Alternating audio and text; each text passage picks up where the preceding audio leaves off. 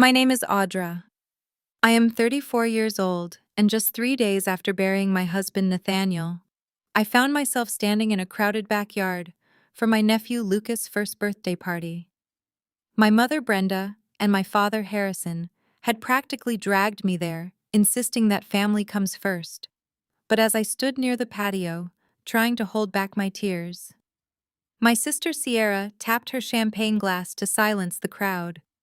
With fake tears streaming down her perfect face, she announced to everyone that her son was actually Nathaniel Child. She claimed they had a secret affair, and then she pulled out a typed will. She looked me dead in the eyes and demanded half of my $8 million mansion as inheritance for his supposed bloodline. I did not scream or cry. I just looked at the piece of paper, smiled coldly, and said, "Oh, I see." I bit the inside of my cheek to keep from laughing out loud, because I knew a medical secret about my late husband that made her entire story a biological impossibility before I tell you exactly how I let my greedy sister dig her own grave. Let me know where you are watching from in the comments below. Hit that like button and subscribe. If you have ever had to protect your peace from a toxic family, you will want to hear what happened next. The silence in the backyard was deafening. The gentle breeze rustled the blue birthday streamers, but nobody dared to breathe. I watched as Sierra wiped a perfectly timed tear from her cheek, holding that fraudulent piece of paper, like a winning lottery ticket. Nathaniel was a high school history teacher who loved his students and loved our life together. He had died suddenly from an aneurysm just weeks after his 35th birthday. My heart was still shattered into a million pieces. Yet here was my younger sister, 30 years old and always the golden child, using my tragedy as a stage performance to steal my property. Before I could even process the sheer audacity of her lie, my parents leaped into action. They did not rush to comfort the daughter who had just become a widow.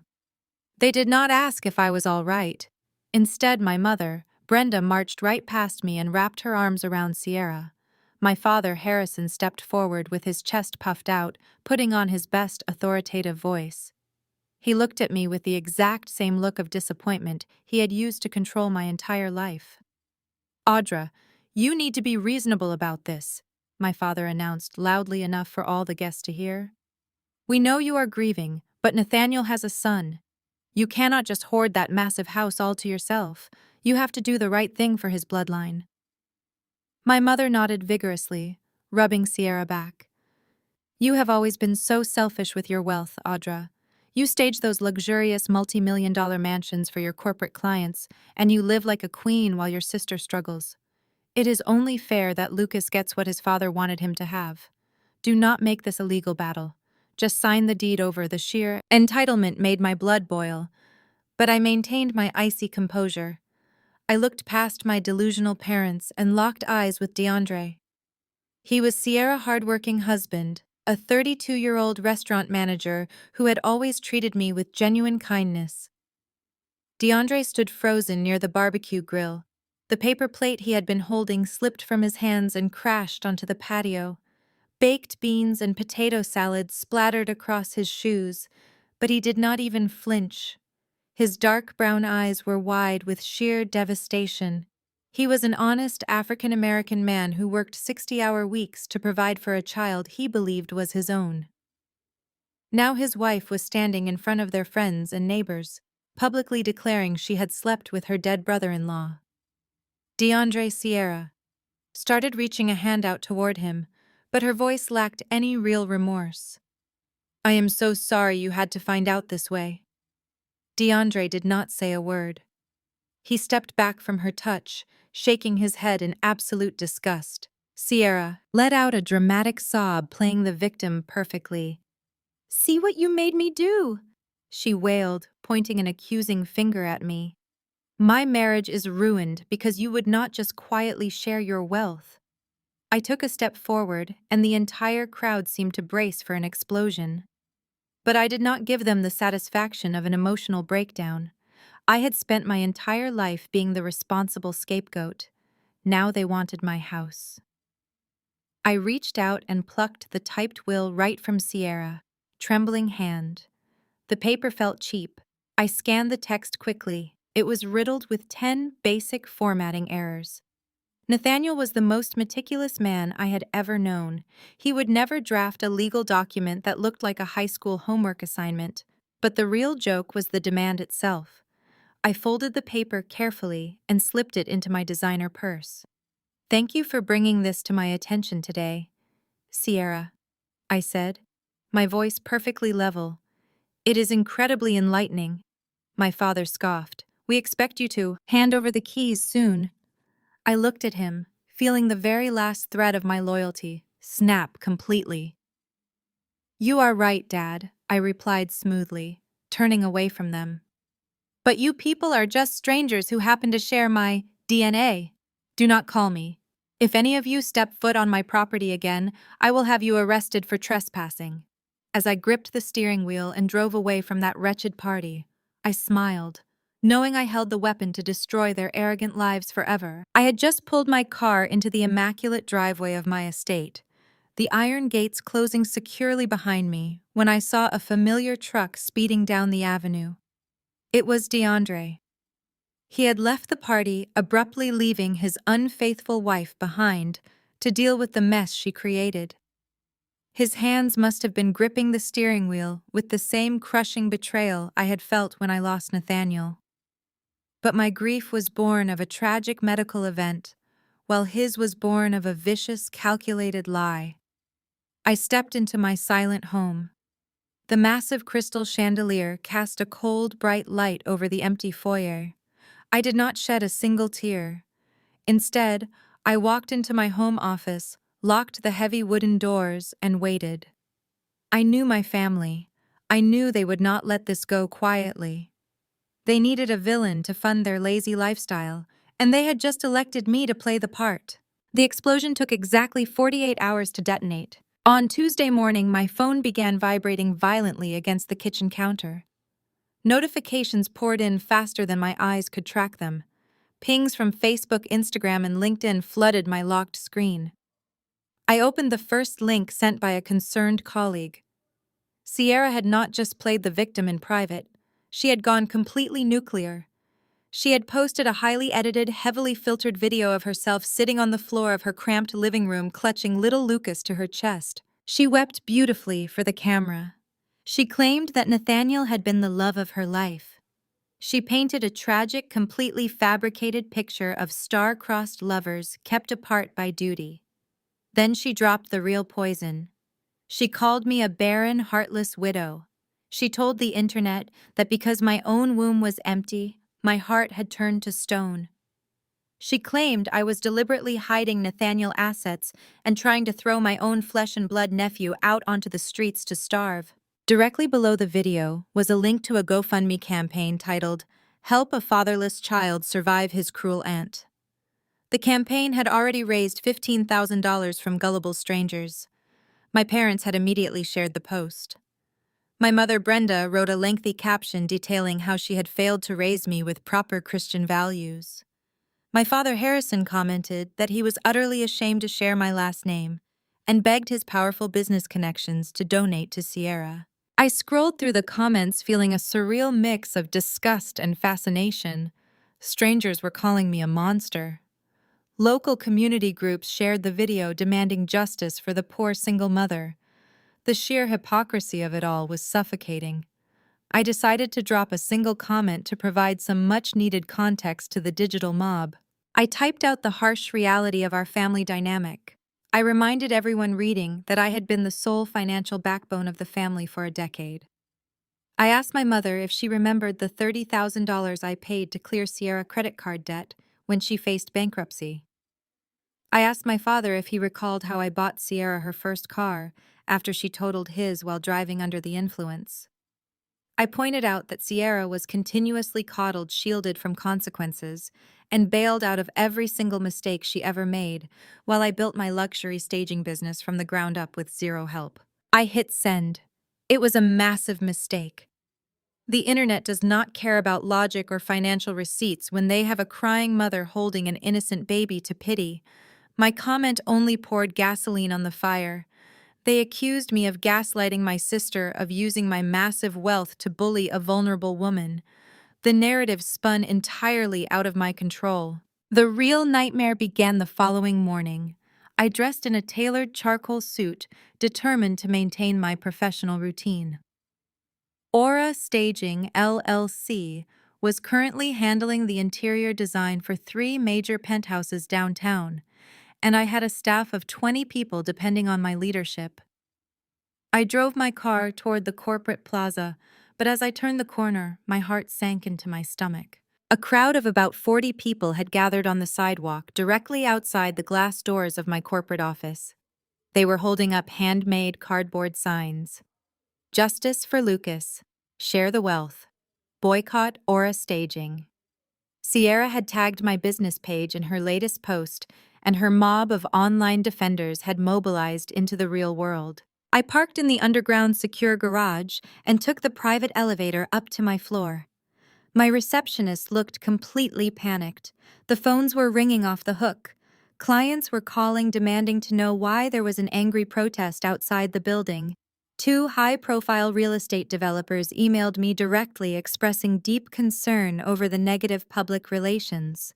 In the luxury staging business, reputation is everything. My parents and my sister knew exactly what they were doing. They were hitting my livelihood to starve me out. They wanted to make me so desperate and so universally hated that I would simply sign over the deed to the $8 million house just to make the nightmare stop. They thought they could break me with public shame. They assumed because I had always been the responsible, quiet daughter who dutifully paid their bills and absorbed their insults that I would eventually fold under the pressure of a public scandal. I stood by the floor-to-ceiling windows of my corner office, looking down at the angry protesters swarming the pavement below. They chanted slogans demanding I give up my wealth to a child that did not even belong to my husband. My phone buzzed in my pocket. It was a text message from Harrison. The message read, "Sign the house over Audra. We can call off these people today. Do not ruin your precious company over your stubborn pride. Do the right thing for Nathaniel's son." I stared at the glowing screen. They really believed they had me trapped. They believed that public humiliation and the threat of losing my corporate clients would force my hand. I locked my phone and placed it on my desk. Let them protest. Let them scream. They were playing checkers while I was setting up a completely different game entirely. I turned away from this glass window, leaving the sight of the chanting mob behind me. I walked back to my mahogany desk to review the morning reports, but a sharp knock interrupted my focus. My receptionist stepped into the office looking even more flustered than before. She apologized and stepped aside, revealing a tall man in a cheap gray suit holding a thick manila envelope. He did not ask for permission to enter. He simply walked straight up to my desk and dropped the heavy envelope right on top of my keyboard. "You are served," he announced flatly, turning on his heel and walking out just as quickly as he had appeared. I stared at the envelope. My heart beat a slow, steady rhythm against my ribs. I picked it up and pulled out a massive stack of legal documents. The header on the first page immediately caught my attention. It bore the logo of the most notoriously aggressive probate litigation firm in the city. They were the kind of lawyers who thrived on tearing families apart for a percentage of the settlement. Sierra and my parents had not just hired any attorney to bully me. They had hired a shark. I flipped through the pages, reading the legal jargon with growing disbelief. Sierra had officially submitted the forged will to the court, but she had not stopped there. Attached to the probate filing was an emergency injunction signed by a judge just hours ago. I read the order twice to make sure my eyes were not deceiving me. The injunction mandated an immediate and temporary freeze on all of my personal bank accounts. Every dollar I had in my checking and savings was completely locked down. I could not withdraw a single cent to buy a cup of coffee, let alone pay my corporate staff. The legal chokehold tightened as I reached the third page. The court had also granted a temporary lien against my $8 million mansion. The property was legally frozen. I could not sell it, transfer it, or leverage it until the probate investigation concluded. Sierra had claimed that she and her son were at imminent risk of homelessness and that I was a flight risk who might liquidate Nathaniel's supposed assets to hide the money. The judge acting on the fabricated sob story had granted the emergency freeze. I sat down heavily in my leather chair. The sheer audacity of the attack was staggering. They had weaponized the justice system against me based entirely on a cheap lie. They wanted to paralyze me financially so I could not fight back. They wanted me to feel the walls closing in until the pressure became absolutely unbearable. I looked at the frozen accounts on my laptop screen. My personal funds were completely inaccessible. For a fleeting second, a wave of genuine panic threatened to wash over me. Then my private office line rang. The caller identification displayed my father number. I took a deep breath, smoothing my expression, even though he could not see me. I picked up the receiver and brought it to my ear without saying a word. Audra, my father. Harrison spoke, his voice practically dripping with smug satisfaction. I assume you have received the delivery from our legal representatives by now. I remained silent, letting him fill the quiet space with his arrogance. You left us no choice, Audra, he continued, sounding like a disappointed principal, reprimanding a stubborn student. We tried to handle this internally like a family. But you had to be difficult. You had to cause a scene at the birthday party and disrespect your sister. Now the courts are involved. Your personal money is gone. Your house is locked down. You are completely cornered and you have absolutely no way out of this mess. I stared at the legal documents on my desk, listening to the man who was supposed to protect me actively participating in my destruction. What exactly do you want, Dad? I asked, keeping my voice perfectly hollow and defeated. I needed him to believe that his aggressive strategy was working. We want what is fair, Harrison replied quickly. We want you to sign the deed of the house over to Sierra today. If you stop being so stubborn and just transfer the property to Nathaniel bloodline, we will call off the lawyers. We will drop the injunction immediately. We will even go out there and tell those protesters that it was all a big misunderstanding. We are willing to forgive you for your hostility, Audra. We just want peace for the baby. The word forgive echoed in my ear. They were offering to forgive me for surviving their vicious smear campaign and their illegal extortion. They wanted to steal an $8 million asset and then have me thank them for letting me keep the rest of my life intact. It was a masterclass in narcissistic delusion. You really think this is going to work? I asked, my tone dropping an octave. You think freezing my personal checking account is going to break me? You cannot fight us without money, Audra, my father countered, his tone hardening. You cannot pay a legal team to drag this out in court when your accounts are frozen. The house is locked. The public hates you. Your corporate clients are going to drop you by the end of the week when they see the news. You are entirely alone. Sign the paperwork and this all goes away. Do the right thing before you lose your business too. I looked out the window at the protesters still marching on the pavement below.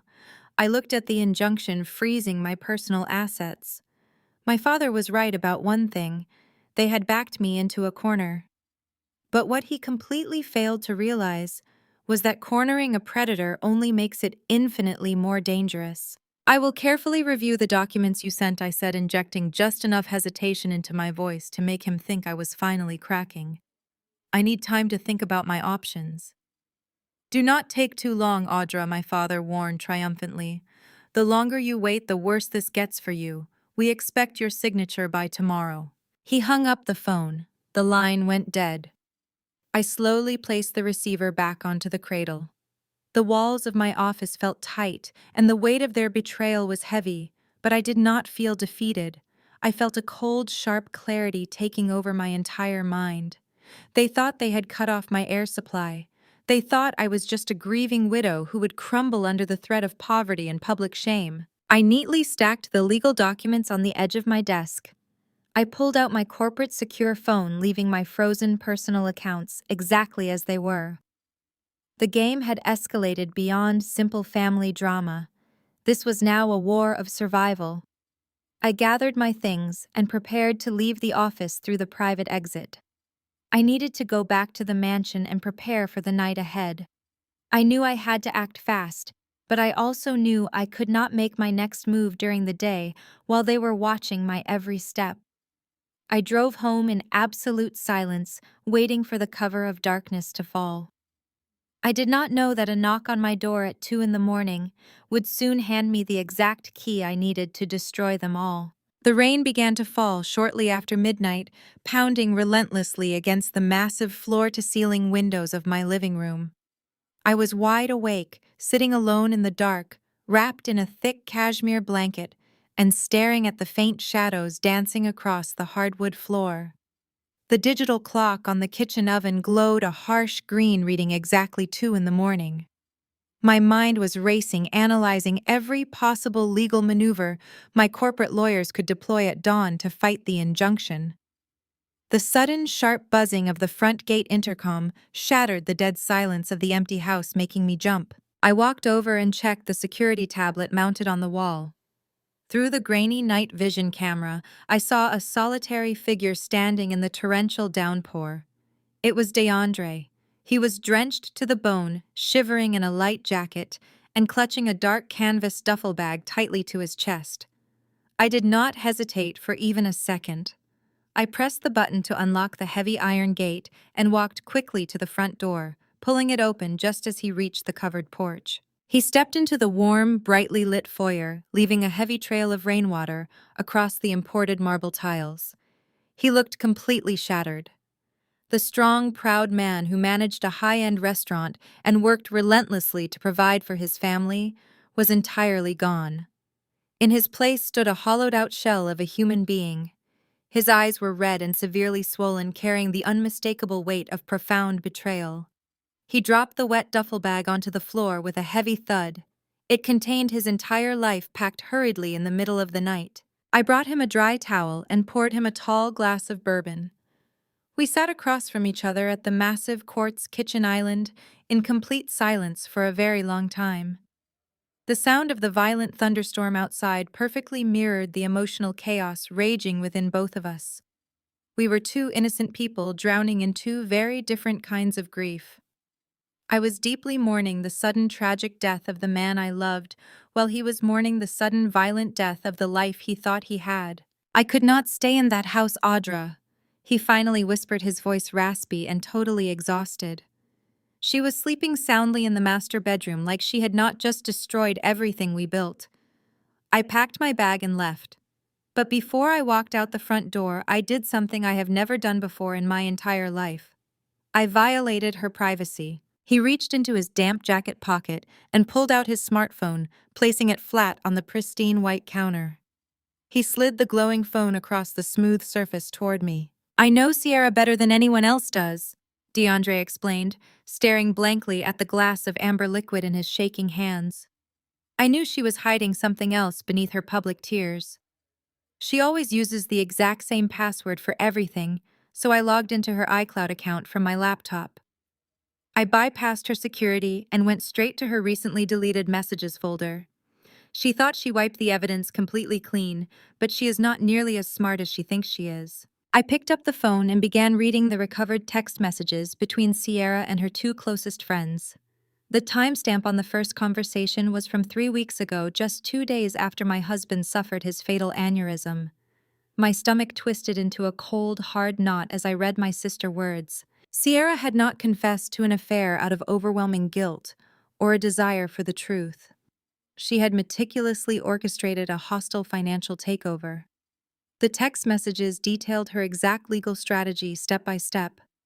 She told her friends she desperately needed a massive payout to escape her hidden credit card debt before her creditors sued her.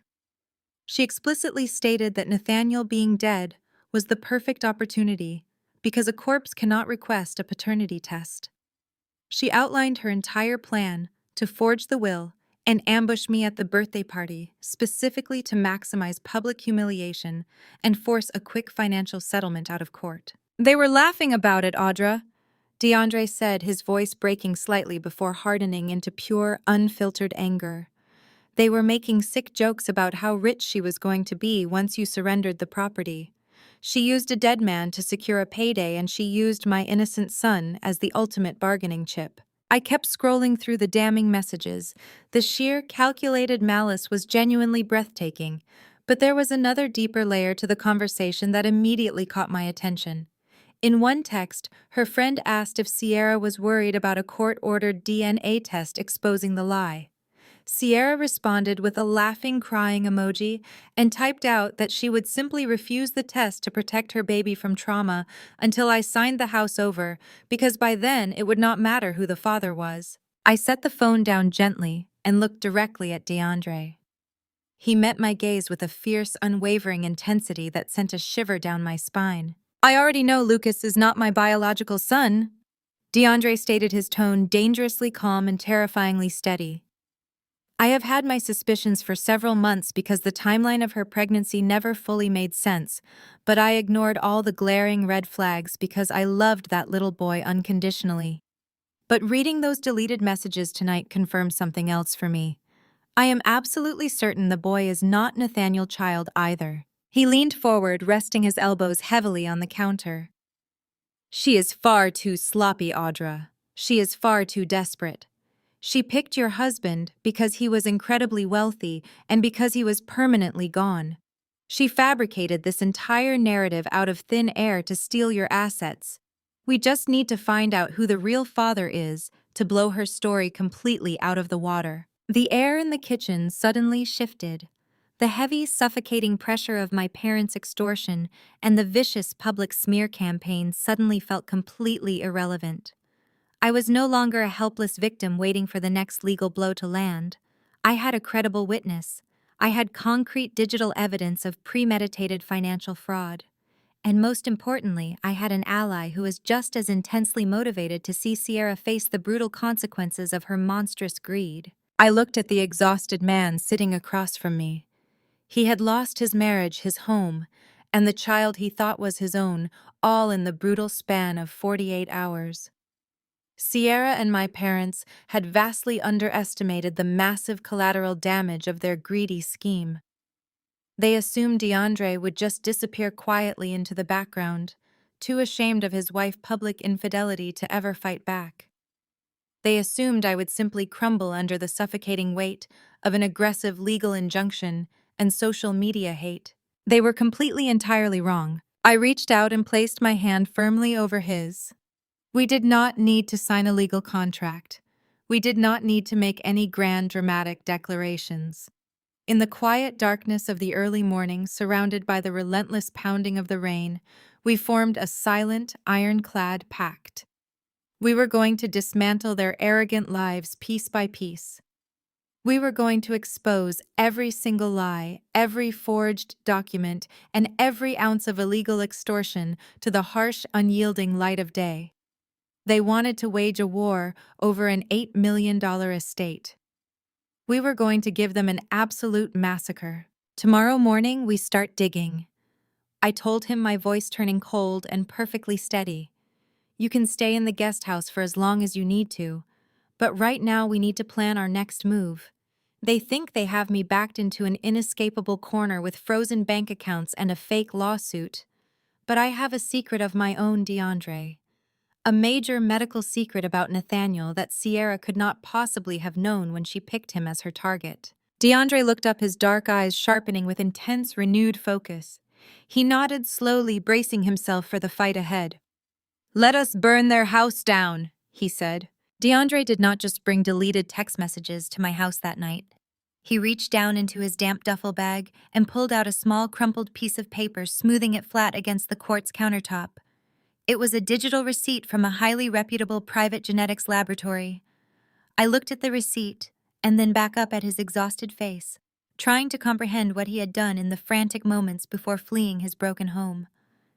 He took a deep breath, his chest rising and falling heavily as he explained his final move, before walking out on Sierra forever. "Before I left the house, I went into the nursery," DeAndre said, his voice barely above a whisper. "Lucas was fast asleep in his crib, hugging that little stuffed bear I bought him for his birthday. It broke my heart into a million pieces, Audra. It took every ounce of strength I had not to just break down and cry right there in the dark. But I knew I could not leave without securing the absolute truth. I used a sterile cotton swab from the bathroom, and I took a DNA sample from the inside of his cheek." He tapped the digital receipt on the counter with a heavy finger. "I packed the sample, sealed it perfectly, and dropped it into a priority overnight shipping box at the 24-hour post office on my way here. I paid for the most expensive expedited testing they offer. They will compare his DNA to mine and run it through a massive global ancestry database.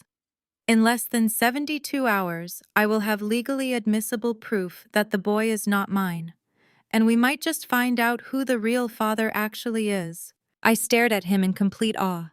In the absolute worst moment of his entire life, while his heart was actively being ripped out of his chest, DeAndre had the profound mental clarity to secure biological evidence. He was not just a victim crying in the dark. He was a man meticulously building an airtight legal case against the woman who destroyed him. His proactive brilliance gave me the final push I needed. It was time to hand him the missing piece of the puzzle. It was time to reveal the secret I had been guarding fiercely since the day I married Nathaniel. I stood up from the kitchen stool without saying a word and walked down the long, dark hallway toward my private study. I approached the heavy steel floor safe, hidden behind a bookshelf in the corner of the room. I typed in the secure passcode, turning the heavy metal dial until it clicked open. I reached into the very back of the safe, bypassing my corporate documents and luxury real estate deeds. I pulled out a single thin manila folder. It was old, its edges slightly frayed from years of being carefully hidden away. I walked back into the kitchen and dropped the folder right on top of DeAndre's digital laboratory receipt. He looked at the blank cover and then looked up at me with a confused expression. "You are about to pay a lot of money to a genetics lab to prove that Nathaniel is not the father of your wife." "Baby," I said, my voice completely steady. "But you do not need to do that, DeAndre. I can save you the anxiety of wondering if my husband ever betrayed you. I already know for an absolute medical fact that Sierra is lying." I opened the folder and slid the top document toward him. It was a certified medical report from a prominent fertility specialist, heavily stamped and signed by 3 different physicians. When Nathaniel was 18 years old, he contracted a terrifyingly severe case of the mumps. I explained, watching DeAndre's eyes scan the dense medical terminology. It was so bad he was hospitalized for over a week with a dangerously high fever. The virus caused massive internal complications. It completely, permanently destroyed his reproductive system. Before we even got engaged, Nathaniel sat me down and cried for hours. He told me he was diagnosed as 100% irreversibly sterile. He could never biologically father a child. DeAndre froze. He stopped breathing for a solid 5 seconds. He read the highlighted conclusion at the bottom of the medical document, and then read it a second time just to make sure his exhausted mind was not playing tricks on him. The paper clearly stated 0 viable sperm count and permanent untreatable sterility. "We never told a single living soul," I continued, leaning closer to him. "You know how my parents are. My father, Harrison, is obsessed with bloodlines and legacy and leaving a mark on the world. My mother, Brenda, would have endlessly gossiped about it at her country club brunches. They would have constantly belittled Nathaniel and treated him like he was less of a man just because he could not give them a biological grandchild. We wanted to protect our peace, so we buried the medical records and simply told everyone we were focusing on our careers instead of having kids." DeAndre slowly pushed the file back toward me. A dark, incredibly satisfying smile began to form on his face, replacing the hollow devastation that had consumed him just an hour ago. "She did not know," he whispered, a bitter laugh escaping his lips. "Sierra had absolutely no idea. She just picked Nathaniel because he was a wealthy, successful man who happened to die suddenly. She figured a dead man could not demand a paternity test. She saw your $8 million estate sitting there and assumed she could just fabricate a scandalous affair to extort you. She built an entire legal strategy on a biological impossibility." "Exactly," I replied, feeling the cold rush of absolute victory coursing through my veins. "Sierra forged a legal will and filed a hostile injunction to claim an inheritance for a baby that physically cannot exist. She has committed multiple felonies based on a lie that we can instantly destroy with one piece of paper from this folder. We could go to the police right now and end this entire charade by sunrise. But we are not going to do that," DeAndre stated, his eyes narrowing with a dangerous, predatory focus. If we show our hand right now, she will just claim it was a desperate mistake. She will play the victim again and say she was just confused about who the father was. Your parents will probably hire her a massive legal team to plead temporary insanity and protect their precious golden child from going to prison. We cannot let them off the hook that easily, Audra. We cannot just win the battle. We have to completely annihilate them. He was absolutely right. Sierra was a master manipulator, and my parents were her willing accomplices. If we gave them any room to pivot, they would find a way to wriggle out of the consequences. We needed to corner them completely with no avenue of escape. So what is our strategy? I asked, though I already knew the answer. We wait. DeAndre said, his voice hardening into solid steel. We let your parents continue their vicious smear campaign. We let Sierra go on social media and collect thousands of dollars in fraudulent donations. We let them think they have you completely trapped with their legal injunction. We let them get so wildly arrogant and so deeply committed to this massive fraud that there is no turning back. And we wait for my expedited DNA results to come back from the laboratory. I nodded slowly, locking the medical file securely back inside the manila folder. Because once we know the true identity of the real biological father, I added, we will not just be exposing a lie. We will be burning their entire reality to the ground. We will invite them all to a glorious celebration of their supposed victory, and we will execute them in front of an audience. The midnight storm continued to rage outside our windows, but inside that kitchen, the atmosphere had completely shifted. We were no longer grieving victims hiding in the dark. We were the architects of their absolute ruin. The next morning arrived with a glaring sunlight that perfectly matched my state of mind. I drove to the corporate office of Aura Staging LLC with my spine perfectly straight and my emotions completely locked away. DeAndre was hidden in my guest house, working on his legal maneuvers, while I had a multi-million-dollar business to run. I walked past the remaining protesters outside my building without even blinking at their handmade cardboard signs. They were just noisy background extras in a movie they did not realize was already over. I took the private elevator up to my floor and settled into my leather chair, ready to finalize the interior design contracts for a massive new high-rise development downtown. I was sipping my black coffee and reviewing a digital rendering when the heavy glass doors of my corporate suite suddenly and violently swung open. My receptionist let out a startled gasp as two very familiar figures completely bypassed her security desk, ignoring her protests, and stormed directly into my private office. It was my father, Harrison, and my mother, Brenda. They looked furious. They had clearly spent the entire morning fuming over my refusal to immediately surrender to their aggressive legal tactics and the frozen bank accounts. Harrison did not even bother to say hello. He marched straight up to my workspace and slammed his hands down hard on the pristine surface of my mahogany desk, scattering my neatly organized architectural blueprints onto the hardwood floor. Brenda stood right behind him, clutching her expensive designer handbag and glaring at me with a look of pure, unadulterated hatred. "You are making a massive mistake, Audra," my father growled, his face turning an ugly shade of red. "We gave you 24 hours to review the paperwork and sign the deed over to Sierra. I just got off the phone with our lawyers, and they told me you have not even contacted them to arrange a settlement. You are deliberately stalling and playing games with your sister's livelihood." I did not flinch. I did not raise my voice. I simply took another slow sip of my coffee and looked at them as if they were two unruly toddlers throwing a tantrum in a grocery store. "I am not playing games, Dad," I replied, my voice as smooth and cold as a sheet of ice. "I am simply refusing to hand over an $8 million asset to a woman who has spent her entire life stealing from me while you both cheered her on." My mother let out a dramatic gasp, pressing a hand to her chest, as if she had just been physically struck. "How dare you speak about your sister that way?" Brenda shrieked, taking a step forward. "Sierra is a grieving mother trying to protect Nathaniel's innocent child from your vicious greed. She has never stolen a single thing from you in her entire life. You have always been insanely jealous of her, and now you are projecting your own bitter flaws onto her. I set my coffee mug down on the desk. The sheer delusional audacity of her statement was almost impressive. They had rewritten our entire family history to paint Sierra as a flawless angel and me as the cold, wealthy villain. But I was done playing along with their twisted narrative.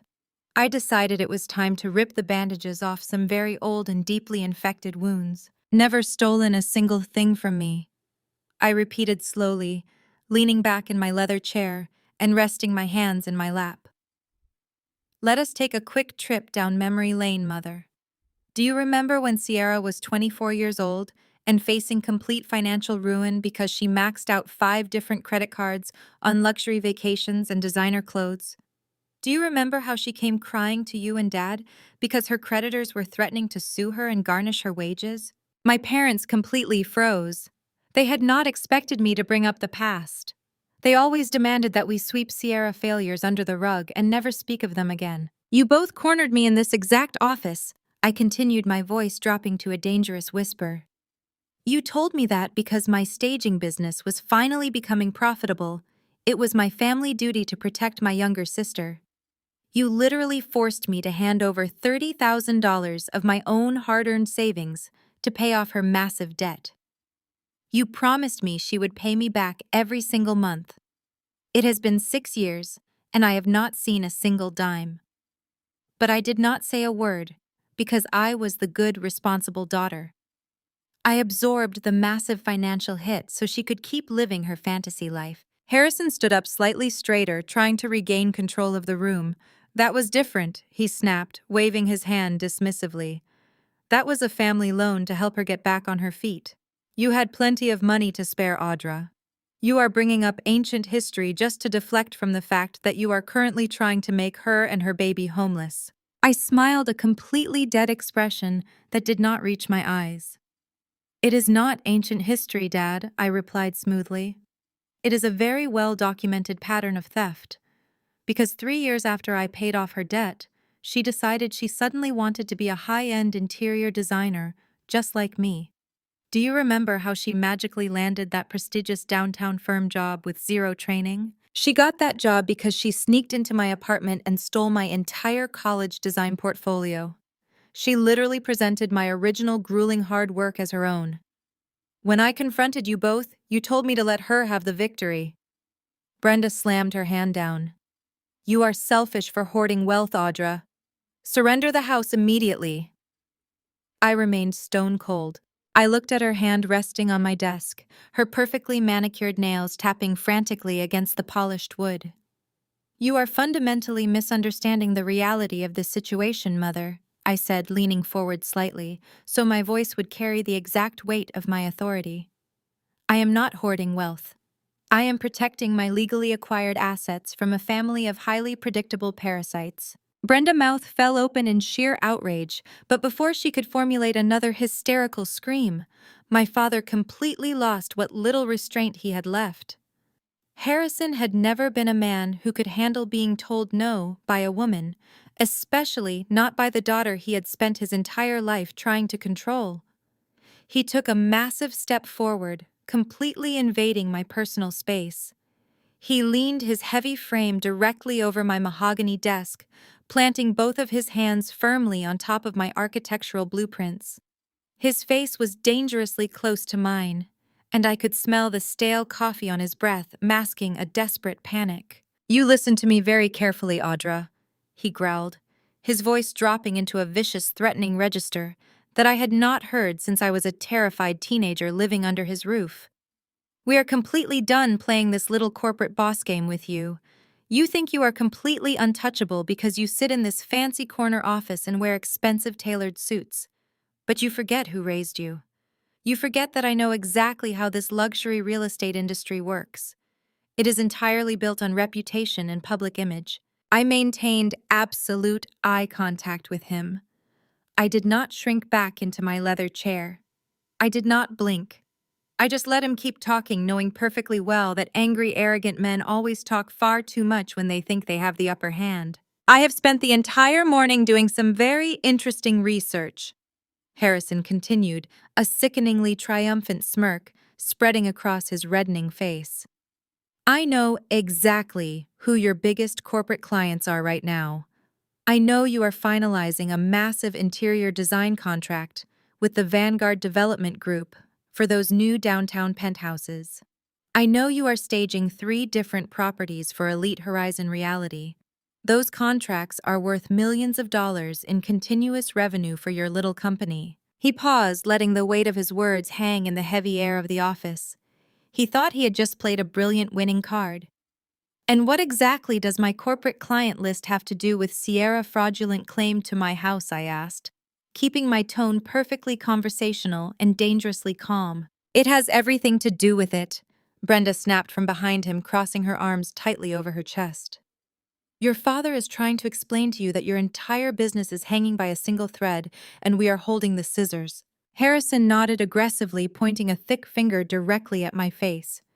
If you do not contact our lawyers and sign the deed to that $8 million house over to Sierra by 5 o'clock this evening, I am going to make some phone calls.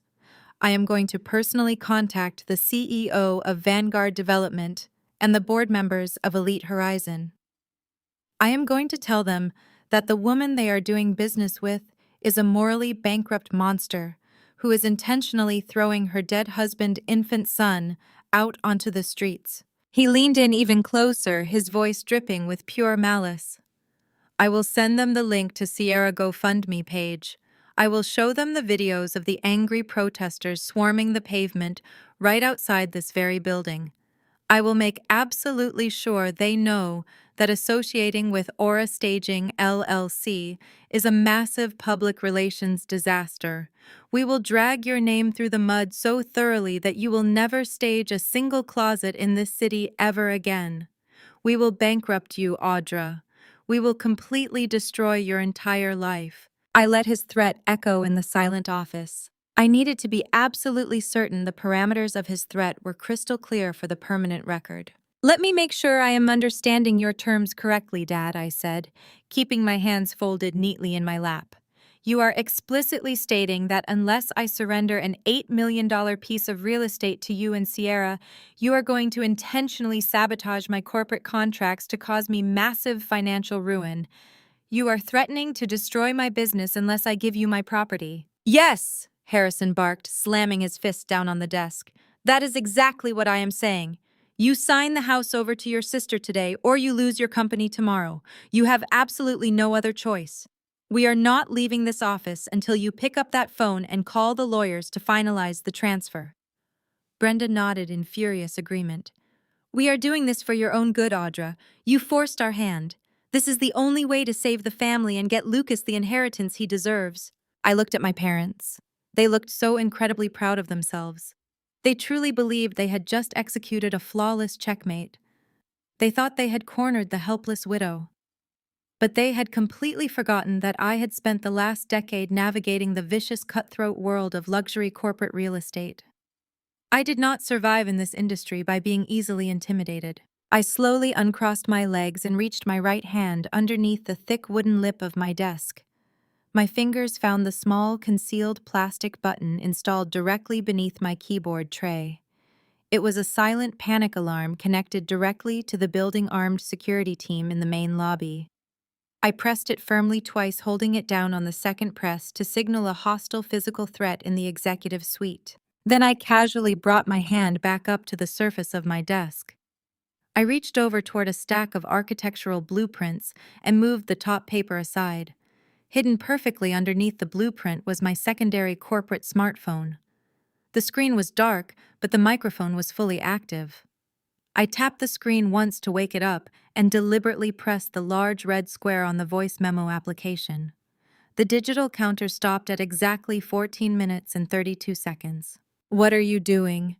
Harrison demanded, his triumphant smirk faltering slightly as he watched my completely unbothered movements. Who are you calling? I told you to call the lawyers, not play on your phone. I am not calling anyone, Dad, I replied, picking up the device and holding it up so the bright screen was clearly visible to both of them. I just wanted to make sure I safely stopped the audio recording before the file got too large to easily email. I have been recording this entire interaction since the moment you bypassed my receptionist and forced your way into my private office. The color instantly drained from Harrison's face. Brenda let out a strangled gasp, taking a rapid step backward, as if the small rectangular device in my hand was a live grenade. I smiled a genuine chilling smile that finally reached my eyes. I looked directly at my father, who was suddenly frozen in complete terror. "You see, Dad, what you just did is not a clever family negotiation," I explained, my voice echoing with absolute authority in the quiet room. "Threatening to intentionally destroy someone's business and ruin their financial livelihood unless they surrender a highly valuable financial asset is not a legal strategy. It is the textbook definition of felony extortion.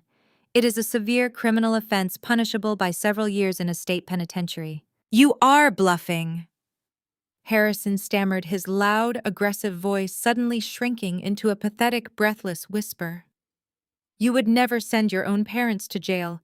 You would not dare do that to us." I tapped the screen, hitting the save icon, and instantly backing the audio file up to my secure cloud server. "Try me," I whispered, leaning forward. "You came into my territory. You threatened my livelihood. You tried to use my dead husband's memory as a weapon to steal from me. I will not hesitate to hand this recording directly to the district attorney if you ever threaten me again." The heavy glass doors of my office suddenly swung open again. 3 large, heavily armed security guards from the building lobby stepped into the room. They completely surrounded my parents, their hands resting casually near their utility belts. "Is there a problem here, Ms. Audra?" the lead security officer asked, his eyes locked entirely on Harrison. "Yes," I replied smoothly, picking up my coffee mug and taking a long, relaxed sip. "These 2 individuals were just leaving. They are permanently banned from the premises. If they ever step foot in this building or on the plaza outside again, I want them immediately arrested for criminal trespassing." Harrison opened his mouth to argue, but the lead guard stepped firmly into his path, leaving him absolutely no room to move except toward the door. Brenda was already practically running out of the office, covering her face with her designer handbag in total humiliation. My father looked back at me one last time, his eyes wide with a brand new, terrifying realization. He finally understood that I was not the victim in this story anymore. I was the predator, and I was just getting started. I watched through the glass walls of my office as the security team escorted my utterly defeated parents toward the elevator bank.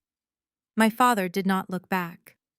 My mother was practically hyperventilating into her designer handbag. Once the elevator doors slid shut, I walked back to my desk and picked up the thick manila envelope containing the injunction and the supposed will Sierra had filed with the probate court.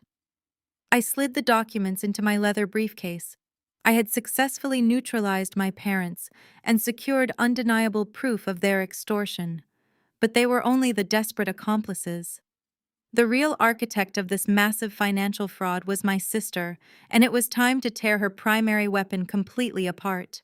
I left the building through the private executive garage and drove straight to the downtown high-rise that housed my corporate legal team. I did not use a standard family lawyer for my business.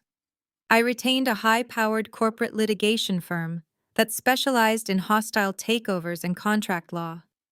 The senior partner, Marcus, was a brilliant, ruthless attorney who had helped me navigate the vicious luxury real estate market for the past 7 years. He did not deal in emotions or family drama. He dealt exclusively in cold, hard, verifiable facts. I bypassed the reception desk and walked directly into his spacious corner office, dropping the manila envelope onto his pristine glass conference table. Marcus looked up from his laptop, adjusting his silver-framed glasses. He took one look at my face and immediately closed his computer, knowing this was not a routine contract review. "I need you to completely dismantle a legal document," I said, pulling the copy of the filed will from the envelope and sliding it across the glass. "My sister filed this with the probate court yesterday. She is claiming Nathaniel left her half of my estate to support a child she claims is his." Marcus picked up the document. He did not ask how I was feeling or offer meaningless condolences. He immediately shifted into analytical mode. He scanned the first page, his eyes darting quickly across the text. Within 30 seconds, he let out a sharp, dismissive scoff. "Audra, this document is an absolute joke," Marcus stated, flattening the paper on the table. "The formatting is completely inconsistent. The margins shift drastically between page 1 and page 2. The legal terminology used in the third paragraph contradicts the jurisdiction clause in the fifth paragraph. Whoever drafted this did not go to law school. They downloaded a cheap generic legal template from the internet and hastily filled in the blanks. I know, I replied, taking a seat across from him. Nathaniel was a meticulous history teacher who obsessed over proper grammar and structure. He would have never signed something this sloppy, but the probate judge granted a temporary injunction based on this filing. Sierra managed to freeze my personal accounts and put a lien on the house. I need concrete, undeniable proof that this document is a complete fabrication before the probate hearing. Marcus nodded slowly. He picked up his desk phone and pressed a single button. Within 2 minutes, a younger man wearing a dark suit walked into the office. This was David, the firm digital forensics specialist. David spent his days analyzing forged corporate contracts and fraudulent digital signatures for multi-million-dollar lawsuits. David, Marcus commanded, handing the document to him. I need a full forensic analysis on this signature and the document metadata. It was filed electronically with the probate court yesterday afternoon. Pull the original digital submission from the county database and tell me exactly how it was constructed. David took the document and left the room without a word. For the next hour, Marcus and I reviewed my corporate accounts, ensuring that Aura Staging LLC was completely insulated from the personal freeze. Sierra thought she had cut off my money, but she had only frozen my personal checking account. My corporate wealth remained entirely untouched and fully accessible. An hour later, David returned to the office carrying a sleek silver tablet. He placed it on the glass table between Marcus and me. He had pulled the original PDF file Sierra submitted to the court system and completely deconstructed the digital layers of the document. You were absolutely right to be suspicious. David began swiping the screen to enlarge a high-resolution image of the last page. The text itself was stitched together using a free open-source word processor. We can see the digital footprint of the software in the file metadata, but the real smoking gun is the signature itself. He tapped the screen, highlighting the bold ink signature that spelled out Nathaniel James. It looked identical to my late husband's handwriting. At first glance, it was a perfect match, but David zoomed in closer and closer until the black ink began to blur into tiny, jagged squares on the screen. This signature was not signed on this piece of paper, David explained, pointing to the edges of the ink. It was digitally cropped from another source and photoshopped directly onto the document. The digital compression of the image file gives it away entirely. When you enlarge a naturally scanned piece of paper, the grain of the physical paper should be visible everywhere. But here, the background immediately surrounding the signature is completely transparent, indicating it was digitally cut out using a lasso tool in a basic editing program. You can see the severe pixelation artifacts around the loops of the letters. I stared at the enlarged signature on the screen. There was a very specific flaw in the way the ink faded at the end of the letter S. It was not a natural fading of a pen stroke. It looked like the pen had momentarily dragged across a slight bump in the paper, causing the ink to skip, leaving a tiny hollow white space inside the black line. I had seen that exact tiny flaw before. My mind raced backward through years of paperwork and holiday mailings until it finally clicked. I pulled my smartphone out of my purse and quickly opened my digital photo backup. I searched for the folder labeled Christmas 4 years ago. We had sent out custom-printed holiday cards to our entire family that year. Nathaniel had personally signed every single card with a heavy black fountain pen. I found the high-resolution scan of the card we had mailed to my parents and zoomed in on his signature. I placed my phone directly next to the tablet on the glass table, the heavy black ink, the exact same loops, and most importantly, the identical skipped ink flaw at the very end of the letter S. It was a perfect one-to-one match. She stole his signature from a 4-year-old Christmas card, I whispered, staring at the two screens. My parents had kept that exact card displayed on their mantle for an entire month. Sierra must have dug it out of my mother-obsessive keepsake boxes, specifically to harvest Nathaniel handwriting. The sheer premeditation required to dig through years of old holiday greetings just to find a clean signature to steal was absolutely disgusting.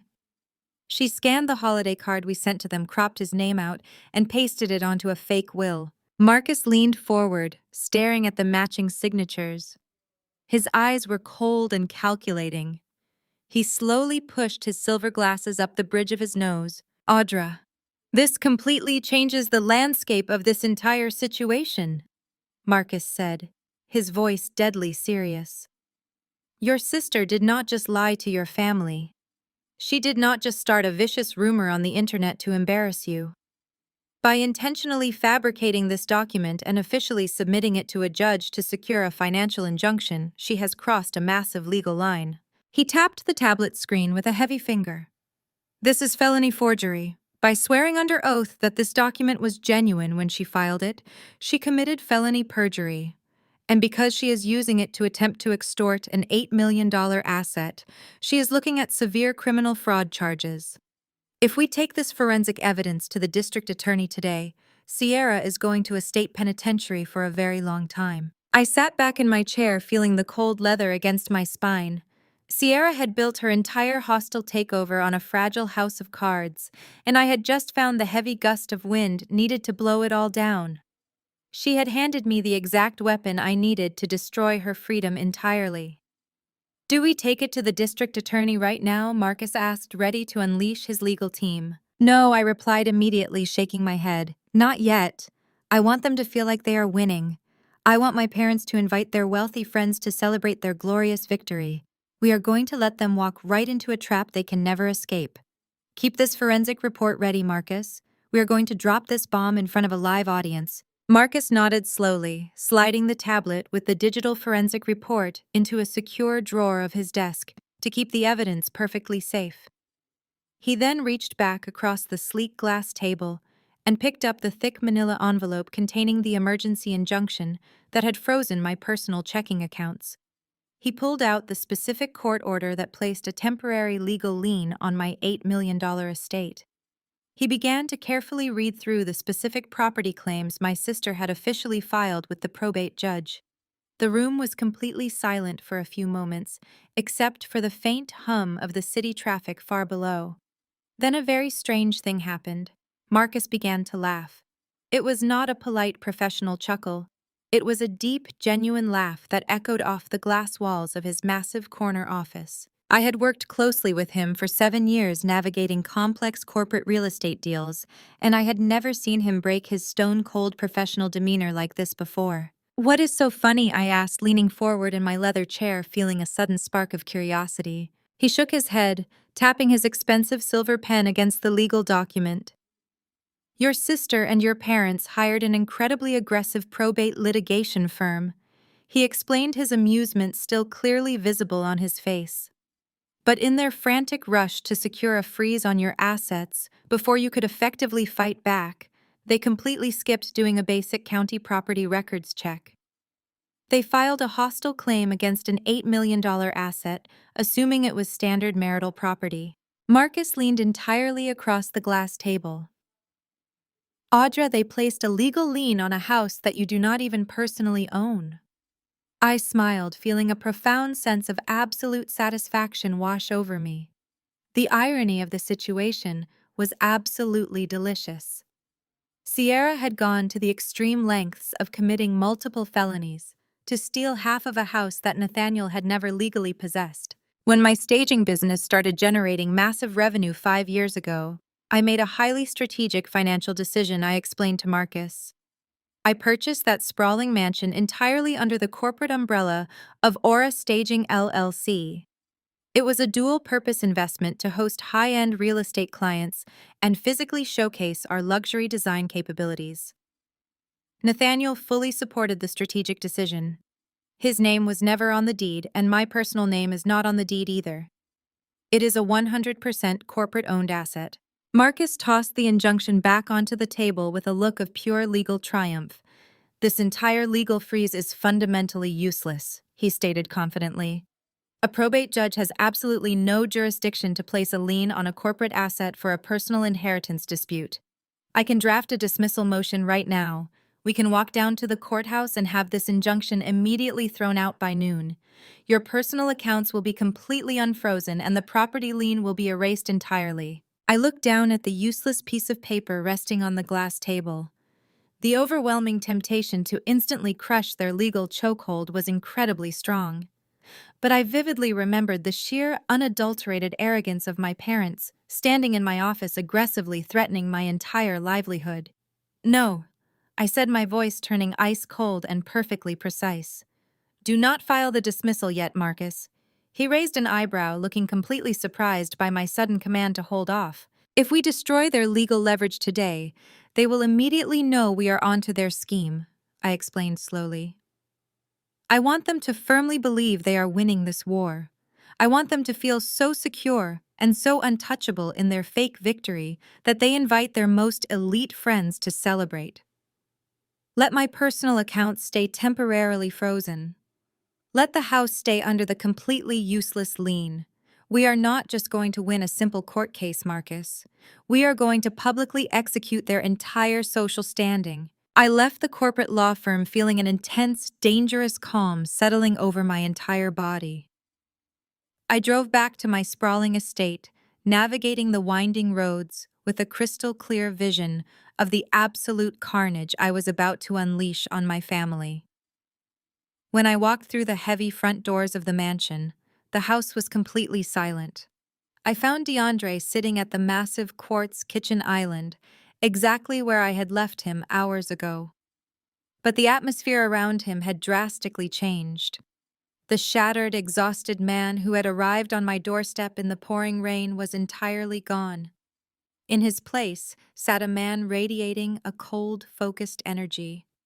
A sleek silver laptop was open in front of him, its screen glowing brightly in the dim light of the kitchen. He looked up as I dropped my keys onto the counter. The expedited laboratory results came back, DeAndre announced, his voice completely devoid of any emotion. I walked around the island and stood behind him looking down at the glowing screen.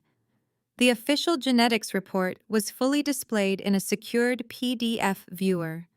The heavy black text at the bottom of the page confirmed what we both already knew in our hearts. The probability of paternity was exactly 0%.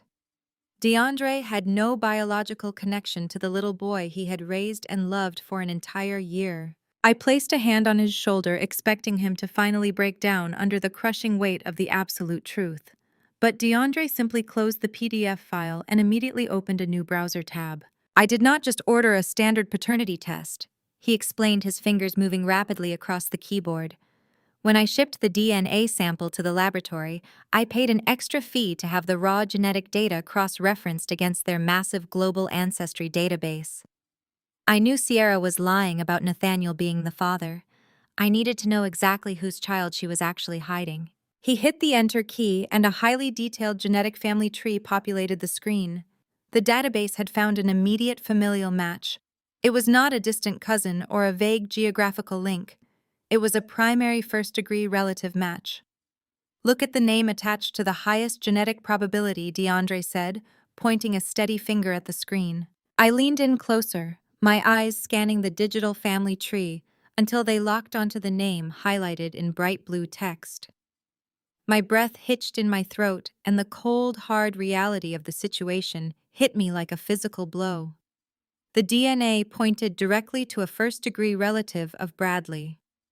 Bradley was not just a random stranger. He was an incredibly wealthy, married real estate developer. More importantly, he was my father Harrison's absolute best friend and his longtime Sunday golf partner. I stared at the name on the screen, my mind racing as the puzzle pieces finally violently snapped together. My sister had not just cheated on her husband. She had actively engaged in a reckless affair with our father's wealthy married best friend. When Bradley refused to leave his wife and cut off her funding, Sierra panicked. She passed the child off as DeAndre's son to secure a stable life. But the moment my wealthy husband died, she saw a massive golden opportunity. She weaponized a dead man to extort millions of dollars to cover up her dark tracks. She was a monster, and we finally had the exact weapon required to destroy her. I stepped back from the kitchen island, pulling a heavy breath into my lungs. "Bradley," I whispered, saying the name out loud, to make the horrifying reality set in. My father plays golf with him every single Sunday at the exclusive country club. He is a multi-millionaire commercial developer who practically owns half of the downtown skyline, and he has been married to his high school sweetheart for 30 years. He has a pristine public image to protect. DeAndre nodded, his jaw clenching tight. It makes perfect sense, Audra. Think about Sierra and her constant sickening obsession with status and wealth. She was never genuinely satisfied with my income.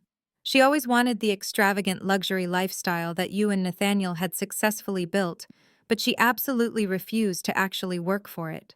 We stood together in the dim kitchen and began to verbally piece the entire dark timeline together.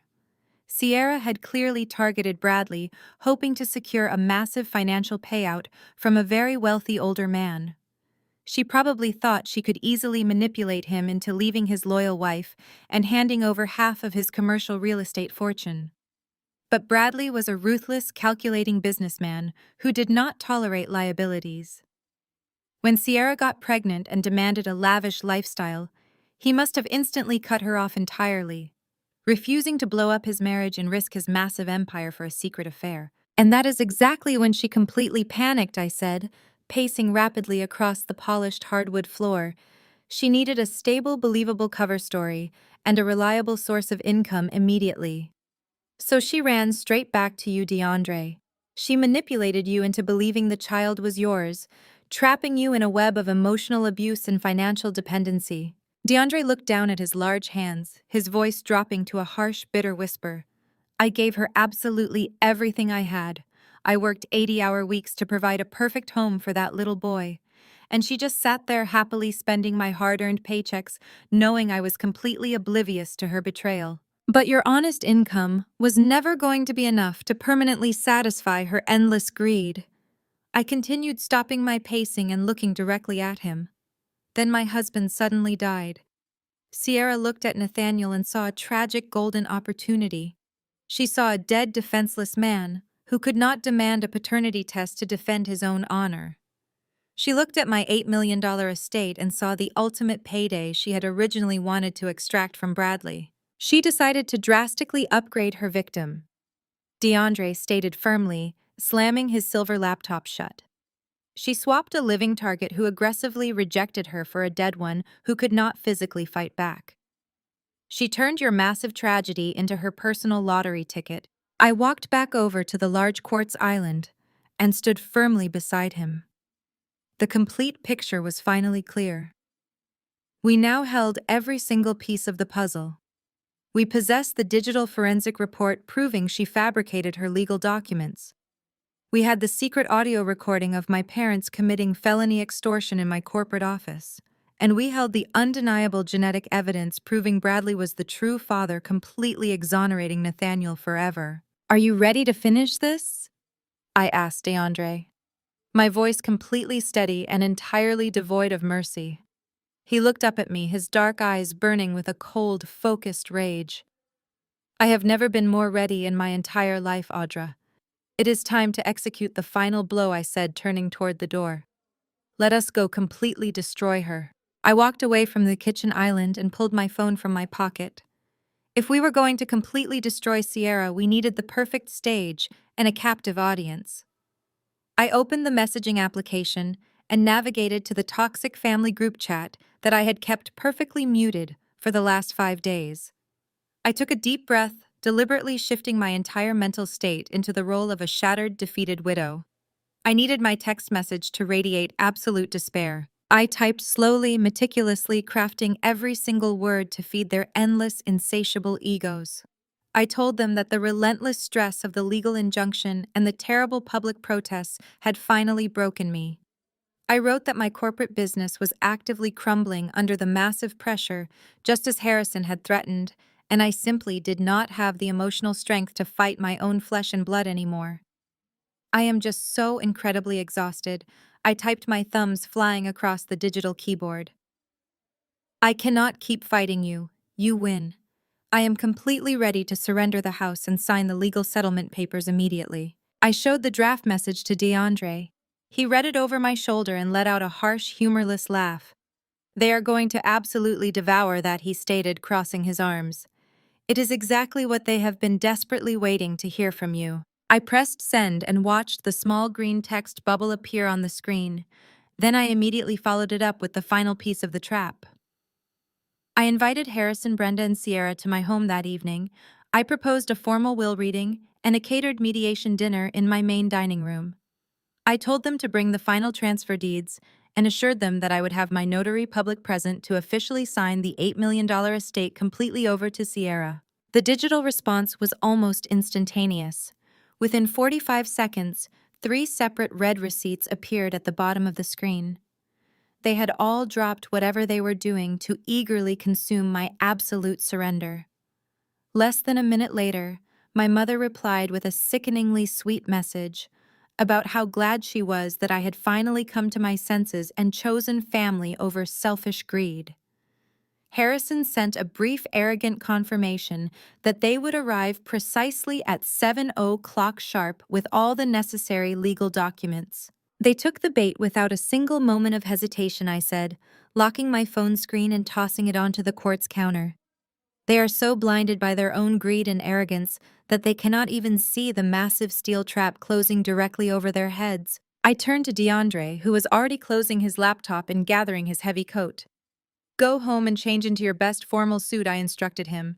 Tonight we are hosting a private dinner party and we are going to serve them absolute ruin on a silver platter. After DeAndre left, I spent the next hour transforming the massive formal dining room into the ultimate execution chamber. I arranged the long mahogany table with my most expensive crystal and heavy silver cutlery, ensuring every single detail was flawlessly intimidating. As I polished a wine glass, my phone buzzed sharply on the kitchen counter. It was a push notification from the anonymous social media account I utilized to secretly monitor my sister's online activity. I tapped the glowing screen and found exactly what I anticipated. Sierra had just posted a brand new highly produced video update for her loyal army of internet supporters. She was sitting on the expensive white leather sofa in my parents' lavish living room, holding a tall glass of sparkling champagne. She wore a smug, deeply victorious smile that made my blood run absolutely cold. The bold text caption across the screen read, "Justice finally served." In the video, she practically giggled as she proudly announced to her thousands of followers that her wicked, greedy sister had finally completely cracked under the intense public pressure. She claimed that family love had conquered corporate greed, and she would be officially moving into her rightful $8 million mansion by the end of the week.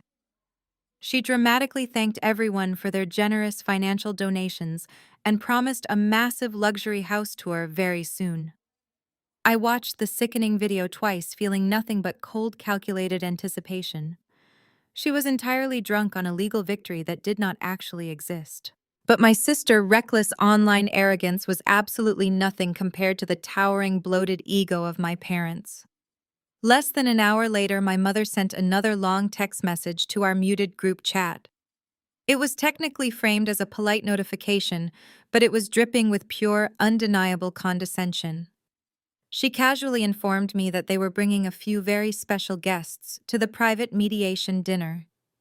She claimed they needed respectable, neutral third-party witnesses to ensure I did not attempt any last-minute corporate tricks during the final contract signing. I opened the detailed message and slowly read the names of the invited guests.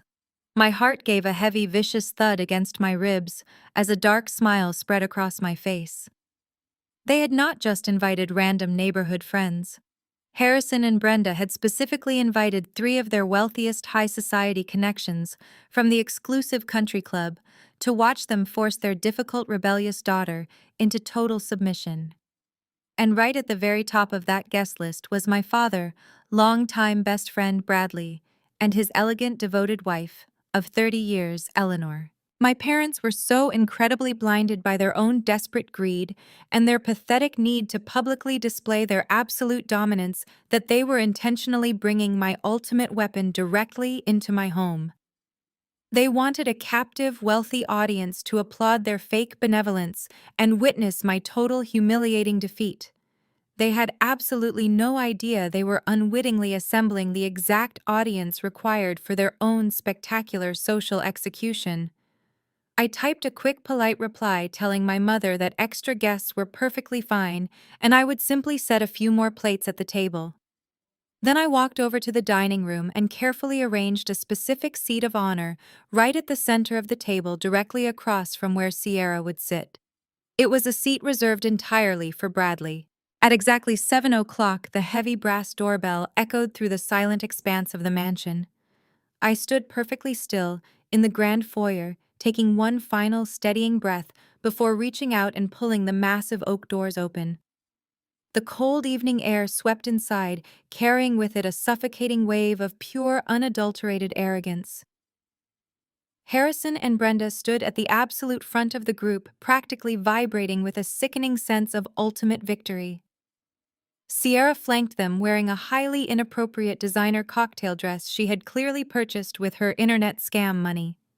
Behind my toxic family stood Bradley, looking surprisingly stiff and remarkably uncomfortable in his tailored charcoal suit, alongside his elegant wife Eleanor, who simply offered me a polite, confused smile. I did not offer them warm greetings or take their expensive coats.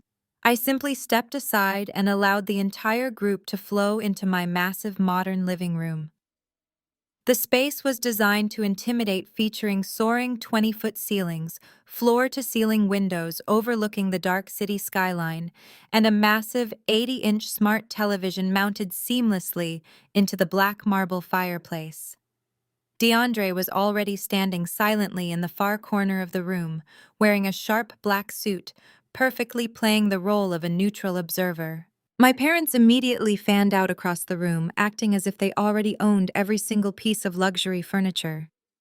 Harrison confidently gestured for Bradley and Eleanor to take the best seats on the plush velvet sectional. Sierra did not even bother to sit down. She marched straight toward the center of the room and aggressively slapped a thick manila folder directly onto the center of my flawless glass coffee table. "Here are the final settlement papers, Audra," she announced, her voice shrill and echoing loudly in the cavernous space. "It is the exact same copy of the will the probate judge already approved. Let us stop wasting time. Hand me a pen so you can sign the deed transfer, and we can finally pop the expensive champagne I know you keep in that massive cellar." Harrison stepped forward, placing a heavy hand on Sierra's shoulder. He turned to face Bradley and Eleanor, puffing his chest out to deliver a meticulously rehearsed performance for his wealthy friends. "We know this has been a remarkably difficult week for our family." Harrison began, his voice dripping with a fake, sickeningly sweet benevolence. "But tonight is truly about forgiveness. It is about remembering that family blood is absolutely thicker than any temporary corporate misunderstanding. Audra has finally seen the light and realized that doing the morally right thing for her sister and her poor fatherless nephew is far more important than hoarding empty wealth. We are just so incredibly proud to guide her back to the moral path." Eleanor nodded politely, but Bradley shifted uncomfortably in his seat, his eyes darting nervously around the imposing room as if his sharp business instincts were sensing a hidden trap. He glanced at DeAndre and then back at me, his posture rigid. Sierra impatiently tapped her manicured nails against the glass table, breaking the brief silence. "The pen, Audra," she demanded, extending her empty hand toward me. I did not look at the fraudulent legal document resting on the glass. I did not look at her outstretched hand. I did not shed a single tear of defeat. Instead, I calmly walked over to the sleek media console and picked up a small black remote control. I turned my back to my utterly confused family and pressed a single silver button. The massive smart television mounted on the black marble wall instantly flared to life, bathing the entire living room in a harsh, bright glow that completely shattered their comfortable illusion. The high-definition screen did not display a family photo or a financial chart. It displayed a stark black and white digital scan of an official medical document. The heavy bold letterhead at the top of the page clearly belonged to the primary oncology department of the State University Hospital. I tapped a button on the remote, and the screen zoomed in directly on the center of the page, highlighting a specific diagnostic paragraph in bright yellow. The entire living room fell completely silent. The only sound was the faint hum of the city traffic drifting through the massive glass windows. Harrison and Brenda squinted at the bright screen, trying to make sense of the complex medical terminology. But Sierra did not need to squint. She stared at the massive television, and the smug, triumphant smirk instantly vanished from her face, replaced by a look of sheer, unadulterated terror. "That is a certified copy of my late husband's complete medical history," I announced, my voice echoing coldly through the cavernous room. I did not raise my tone. I did not yell. I simply let the undeniable facts speak entirely for themselves. As you can all clearly see, Nathaniel was diagnosed with a severe aggressive form of leukemia when he was exactly 18 years old. He survived, but the heavy, continuous rounds of aggressive radiation and chemotherapy completely destroyed his reproductive system. I tapped the remote again, and the screen zoomed in even closer on the final diagnostic conclusion signed by the chief oncologist. The bold black text filled the entire 80-inch screen. The words were impossible to misunderstand. Total azoospermia, 100% irreversible sterility, 0 viable sperm count. My mother let out a tiny confused gasp. Harrison froze, his hand still resting awkwardly on the glass coffee table next to the forged will. On the velvet sectional, Bradley sat perfectly rigid, his eyes darting from the screen to Sierra, and then back to the screen again. He was a smart man, and he was rapidly beginning to understand that he had walked directly into a massive explosive trap. I slowly lowered the remote control and turned my full attention to my sister. She was standing frozen in the center of the room. All the color had completely drained from her face, leaving her looking like a terrified ghost. Her hands were shaking so violently that her expensive designer rings clinked softly together. I took a slow, deliberate step toward her, closing the physical distance between us. The heavy silence in the room was absolutely suffocating. I looked directly into her wide, panicked eyes, completely stripping away the helpless widow persona I had worn for the group chat. "So tell me, Sierra," I asked, my voice dropping into a deadly whisper that carried to every single corner of the quiet room. "How exactly did you get pregnant by a man who could not produce children?" She opened her mouth to speak, but absolutely no sound came out. She looked frantically at our parents and then desperately at Bradley, but nobody offered her a single shred of protection. The flawless, untouchable narrative she had meticulously built over the past week was instantly shattered into a million irreparable pieces right in front of the very elite social audience she had intended to impress. She was entirely exposed as a vicious, lying fraud, and we had not even reached the most devastating part of the evening. The deafening silence in the living room was suddenly broken by the heavy metallic click of the main entrance echoing from the grand foyer. I had intentionally left the front doors unlocked for this exact moment. While my parents and their wealthy friends were entirely paralyzed by the glowing medical records on the massive television screen, DeAndre had silently stepped outside to his vehicle to retrieve his own highly classified legal ammunition.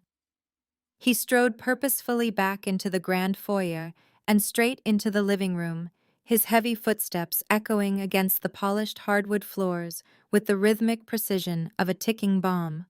He was no longer the quiet, neutral observer standing passively in the shadows. He was a man completely unburdened and entirely ready to go to absolute war. Brenda let out a sharp, offended gasp as she finally registered his dramatic entrance. Harrison immediately puffed out his chest, his face flushing with a sudden aggressive anger masking his growing panic. "What in the world is he doing here?" Harrison demanded, pointing a shaking finger directly at DeAndre. "This is a private family mediation. He has absolutely no legal right to be in this house." DeAndre did not even blink. He completely ignored my father's loud, arrogant demands, acting as if Harrison was entirely invisible. He kept his dark, furious eyes locked exclusively on his wife. Sierra instinctively took a small, terrified step backward, her spine pressing hard against the edge of the velvet sectional. The sheer physical presence of her husband radiating pure, unapologetic fury was clearly something she had never experienced before. For an entire year, she had treated him like a foolish, disposable asset. Tonight, she was finally facing the devastating, unavoidable consequences of her cruelty. DeAndre walked straight up to the glass coffee table. He raised his right hand and violently slammed a thick, heavy legal binder directly on top of the flimsy manila folder Sierra had placed there earlier. The loud crack of the binder hitting the glass echoed sharply through the room, causing Eleanor to physically flinch in her seat. Divorce papers. DeAndre announced, his voice remarkably steady and echoing with absolute finality. And a comprehensive civil lawsuit for massive financial fraud, emotional abuse, and intentional deceit. Sierra stared down at the heavy legal binder as if it were a highly venomous snake. Her mouth opened and closed, but she was entirely incapable of forming a single coherent word.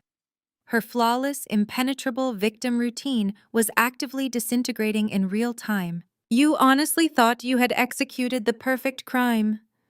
DeAndre continued, leaning slightly forward over the glass table, his voice dripping with pure disgust. "You thought you could permanently trap me in a fabricated life and bleed my bank accounts dry to fund your endless luxury shopping habits. You watched me work brutal 80-hour weeks at the firm. You watched me sacrifice my entire social life and empty my personal savings to provide a perfect, comfortable home for a child you swore was mine. You sat across from me at the dinner table every single night and lied directly to my face without a single ounce of hesitation." He turned away from her and looked directly at the captive audience sitting on the velvet sectional.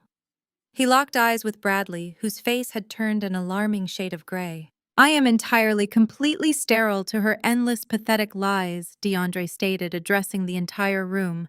"She spent the last week desperately trying to convince everyone that her child belonged to a dead man. She tried to convince me that I was a terrible, inadequate husband for questioning her timeline.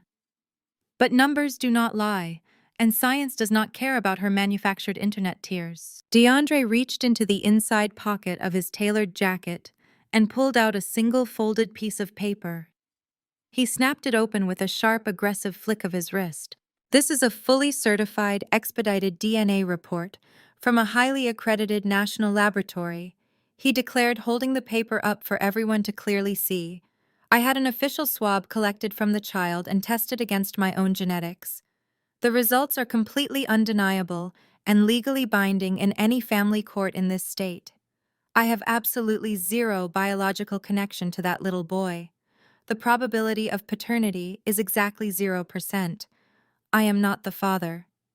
And as Audra just brilliantly demonstrated to all of you, Nathaniel was physically incapable of being the father." Harrison's face was rapidly contorting from aggressive anger into absolute bewildered confusion. He looked at the medical records still glowing brightly on the wall, and then looked at the genetic test in DeAndre's hand.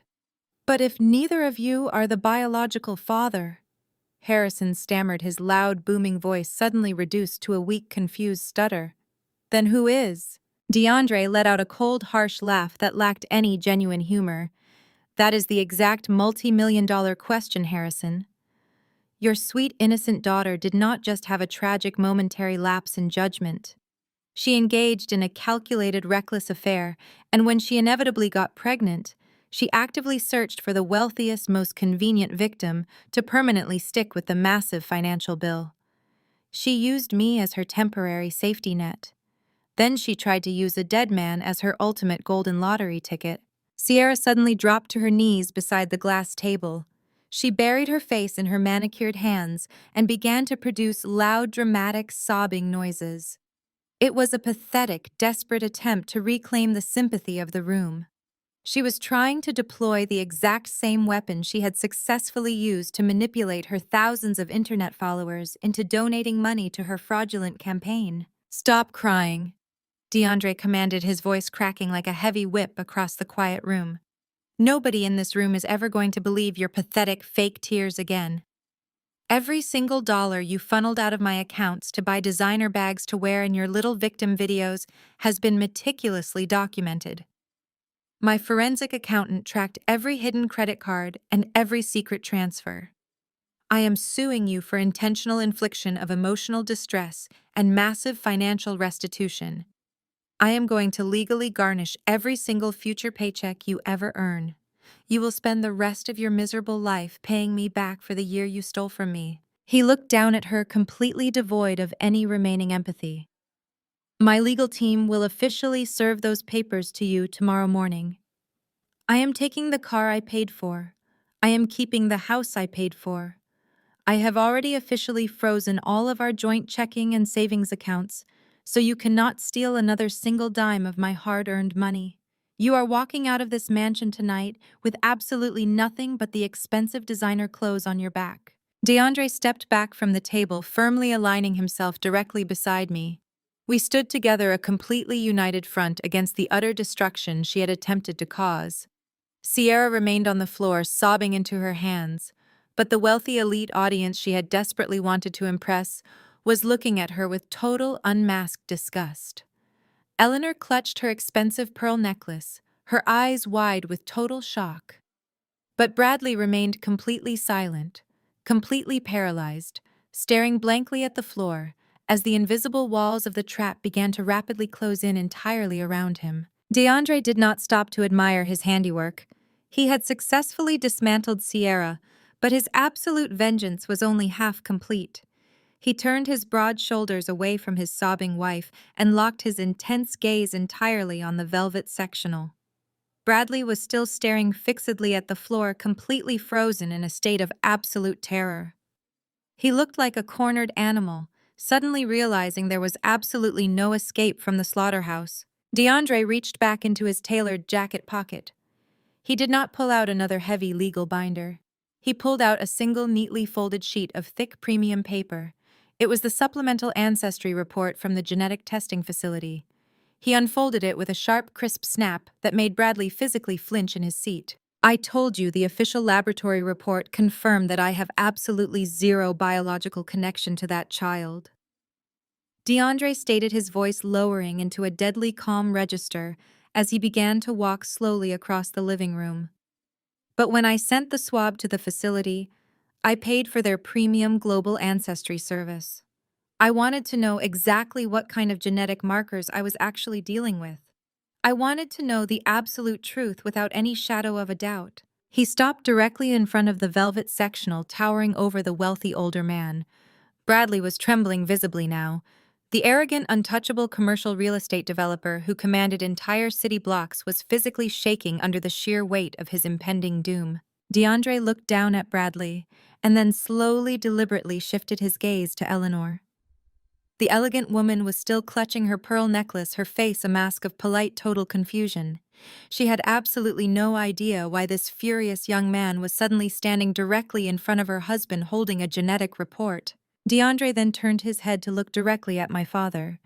Harrison was still breathing heavily, trying to process the agonizing fact that his perfect daughter was a total fraud, and his grand scheme to steal my $8 million estate was completely disintegrating. "You asked me a very specific question a minute ago," Harrison DeAndre said, keeping his voice perfectly even and dangerously cold. "You asked me who the real biological father of that little boy actually is. You wanted to know who Sierra was desperately trying to protect with all these elaborate, pathetic lies." DeAndre held the thick paper up, holding it out so the bold blue text of the familial match was clearly visible to the entire room. He did not hand it to my father. He just held it up like a massive execution blade waiting to finally drop. "If you truly want to know who the real father is," DeAndre announced, his voice echoing with devastating clarity, "you do not need to look very far. Ask the man who has been playing golf with you at the country club every single Sunday for the last 5 years. Ask the man sitting right in front of you." The silence that instantly swallowed the room was so profound it felt like all the oxygen had been violently sucked out of the mansion. The words hung heavily in the air, absolutely refusing to be misunderstood or denied. Harrison blinked rapidly, his thick brow furrowing, as his brain desperately tried to reject the horrifying information. He looked at DeAndre and then slowly turned his head to look down at his best friend. Eleanor reacted first.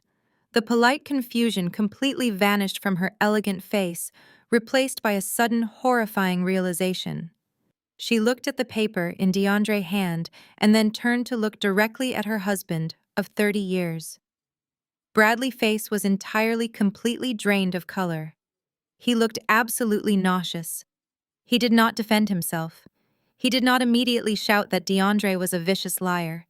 He simply squeezed his eyes shut and hung his head in absolute terrifying shame. Bradley. Eleanor whispered, her voice trembling with a volatile mixture of profound shock and rising devastation. Bradley, look at me right now. Tell me this is a ridiculous lie. Tell me you did not sleep with Harrison's daughter. Bradley opened his mouth, but he could not produce a single defensive word. He just shook his head slowly, offering a pathetic, silent confirmation of his absolute, undeniable guilt. Eleanor let out a sound that was half scream and half sob. It was a raw, visceral sound of 30 years of total devotion being violently shattered in a single second. She raised her right hand and slapped Bradley directly across the face with absolutely everything she had. The sharp, brutal crack of her palm hitting his cheek echoed like a gunshot through the massive living room. Bradley's head snapped violently to the side, a bright red handprint instantly blooming across his pale skin. "You absolute disgusting monster!" Eleanor shrieked, standing up so fast she nearly knocked over the glass coffee table. "You slept with a woman half your age. You brought a child into this world, and you let her destroy other people to hide your filthy, selfish secret." While Eleanor screamed, Harrison finally fully processed the dark reality of the situation. The massive, untouchable ego of my father completely shattered into a million pieces. He realized in that exact agonizing second that he had been played for an absolute fool. His wealthy best friend, the man he admired and constantly tried to impress, had been secretly sleeping with his daughter. Worse, Bradley had sat silently by and watched Harrison make a total idiot of himself, trying to aggressively steal an $8 million house from his other daughter just to cover up Bradley's own disgusting mess. A terrifying animalistic growl ripped out of Harrison's throat. He did not say a single coherent word.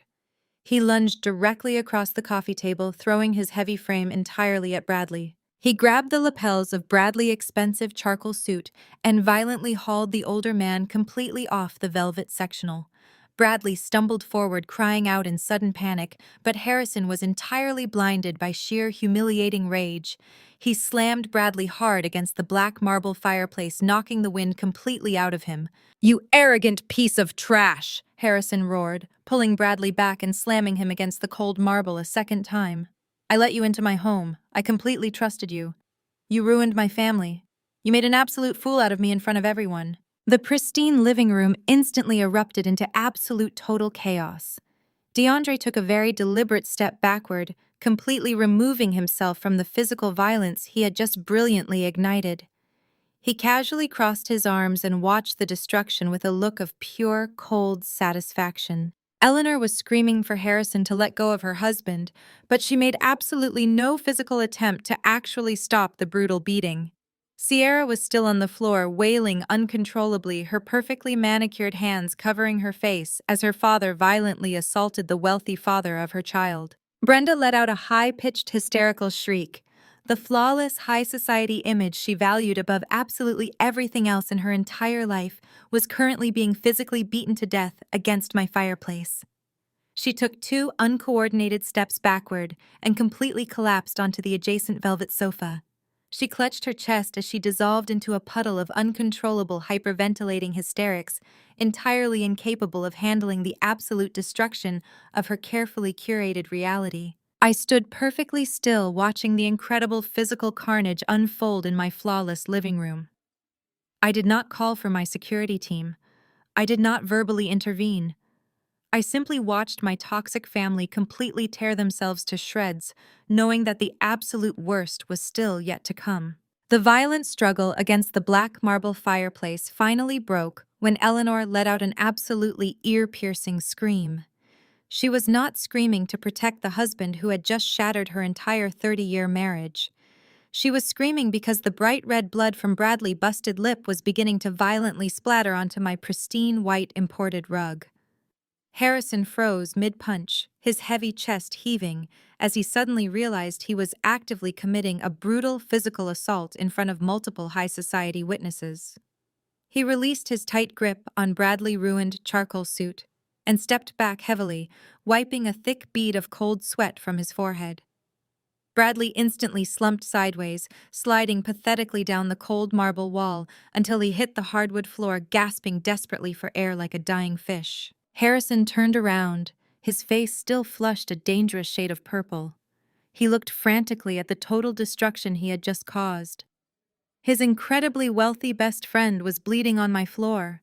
His elegant wife, Brenda, was practically hyperventilating on the velvet sofa, her manicured hands clutching her chest as if she were suffering a massive cardiac event. And his golden child, his perfect innocent daughter, was currently crawling across the floor like a desperate injured animal. Sierra had entirely abandoned her fake performative crying. Total, unadulterated panic had completely taken over her entire body. She scrambled forward on her hands and knees, her expensive cocktail dress bunching up awkwardly around her thighs. She reached out and violently grabbed the sharp crease of DeAndre-tailored suit pants. Her perfectly manicured fingers dug desperately into the expensive dark fabric. "DeAndre, please," she begged, her voice cracking into a pathetic, high-pitched whine. "You cannot do this to me. You cannot leave me with absolutely nothing. I am the mother of a small child. I have endless bills to pay. We can just quietly go to marriage counseling. I will completely delete all my social media accounts. I will do whatever you want, but you cannot freeze my bank accounts and throw me out into the street tonight." DeAndre did not look down at her with a single ounce of pity. He looked at her exactly the way a person looks at a disgusting insect they just found crawling across their dinner plate. He smoothly stepped backward, physically ripping his pant leg directly out of her desperate grasp. "Do not ever touch me again," DeAndre stated, his voice echoing with cold, absolute finality. "You are not a helpless victim, Sierra. You are a calculated predator who finally got caught in your own massive web of lies. You can ask your incredibly wealthy baby daddy over there bleeding on the floor to immediately pay off your massive credit card bills. I am entirely finished with you." When DeAndre completely rejected her, Sierra immediately pivoted her desperate attention directly toward me. She scrambled across the floor until she was kneeling right at my feet.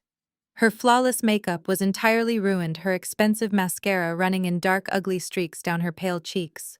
"Audra, please," she sobbed, staring up at me with wild, frantic eyes. "Please, just let this all go. Just sign the settlement papers on the table so we can all leave this horrible house. If you just give me the estate, I can quietly sell it and use the massive cash payout to move far away and start over. I will never bother you again. Please, Audra, you are my older sister. You are supposed to protect me from things like this." The sheer, unmitigated audacity of her request actually made me laugh out loud. It was a cold, sharp sound that echoed loudly in the cavernous living room. She had spent an entire week viciously attempting to destroy my entire life and steal my home, and her absolute best defense was to beg me to just let her succeed so she could escape her own devastating consequences. Before I could even respond to her pathetic pleading, Harrison aggressively marched across the room and inserted himself directly into the conversation. His massive ego was desperately trying to salvage whatever tiny shred of control he could possibly find in this chaotic nightmare. He pointed a thick, demanding finger directly at my face, completely ignoring his own horrific behavior. "You have completely humiliated this family enough for one night," Audra Harrison yelled, his loud, booming voice, attempting to mask his underlying terror. "You set this vicious trap to destroy my reputation and ruin my daughter. I demand that you stop this ridiculous charade right now. Sign that damn deed transfer so we can get out of this horrible place and quietly handle this disgusting Bradley situation privately behind closed doors. You owe this family your complete cooperation." I did not raise my voice. I did not match his frantic, aggressive energy. I simply offered him a slow, terrifyingly calm smile. "I do not owe this family absolutely anything," I replied, my voice dropping into a deadly whisper that instantly silenced the entire room. "But since you are so incredibly eager to finalize the paperwork, Harrison let us take a very close look at that legal document you brought into my home. I calmly walked past my kneeling sister and stepped directly up to the flawless glass coffee table. I completely ignored the flimsy manila folder containing their forged will. Instead, I reached into the hidden drawer built seamlessly into the sleek media console. I pulled out a heavy black leather binder and walked back to the coffee table, dropping it heavily right next to Sierra-forged documents. The loud thud made Harrison physically flinch. "Those are official corporate incorporation papers," I announced, tapping the thick leather cover with my index finger. "I finalized them exactly 3 years ago when I first started aggressively expanding my luxury interior design business portfolio across the entire state." I flipped the heavy binder open, exposing the massive stack of dense legal documents heavily stamped by the State Corporate Commission.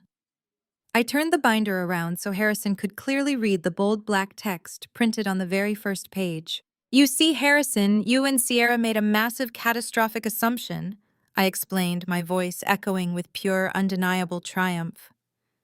"You assumed that because Nathaniel and I lived in this massive $8 million mansion, that his name was actually on the property deed.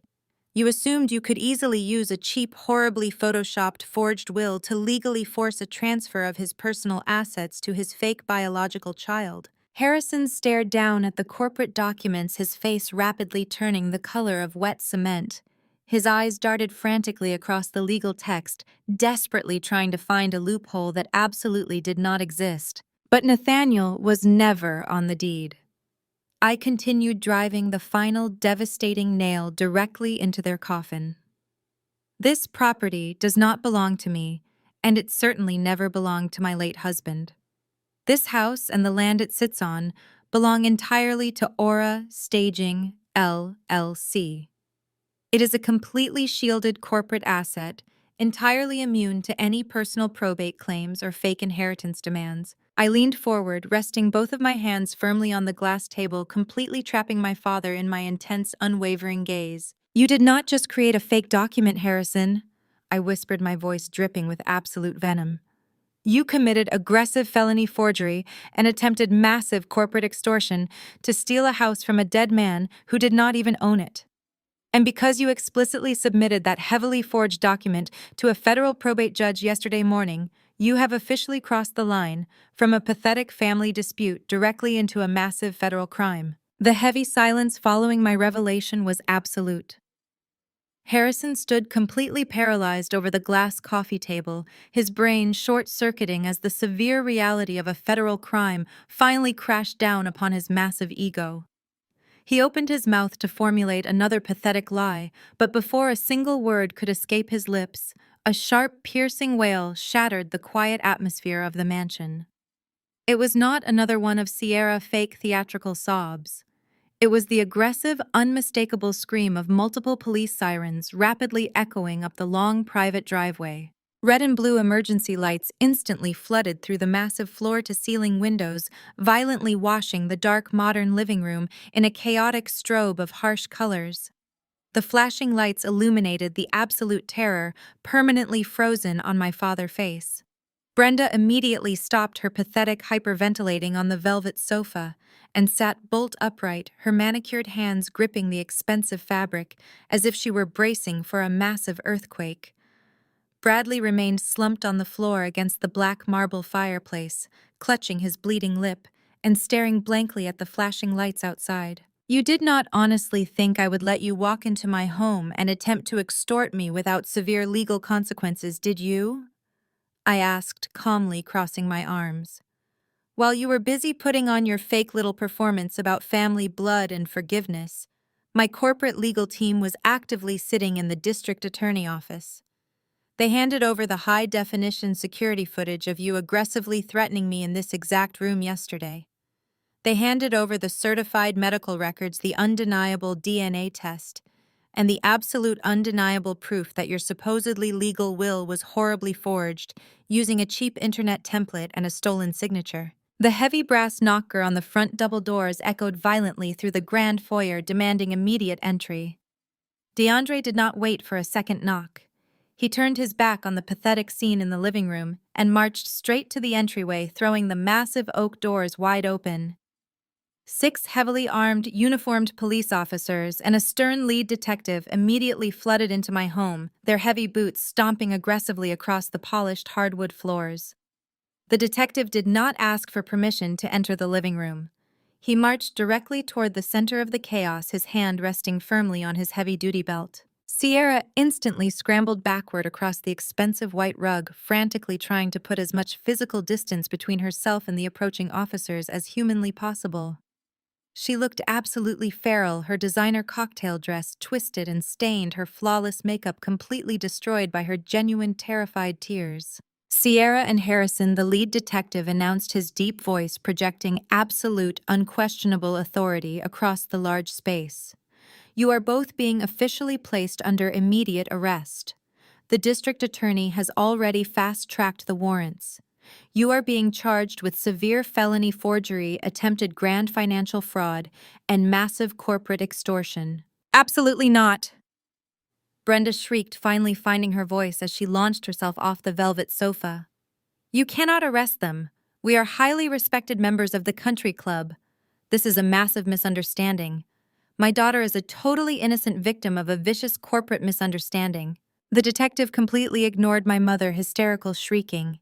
He gestured sharply to 2 of the uniform officers, who immediately lunged forward and forcefully grabbed Sierra by her arms. She let out a wild, ear-piercing scream, kicking her expensive designer heels wildly into the air as they physically hoisted her completely off the floor.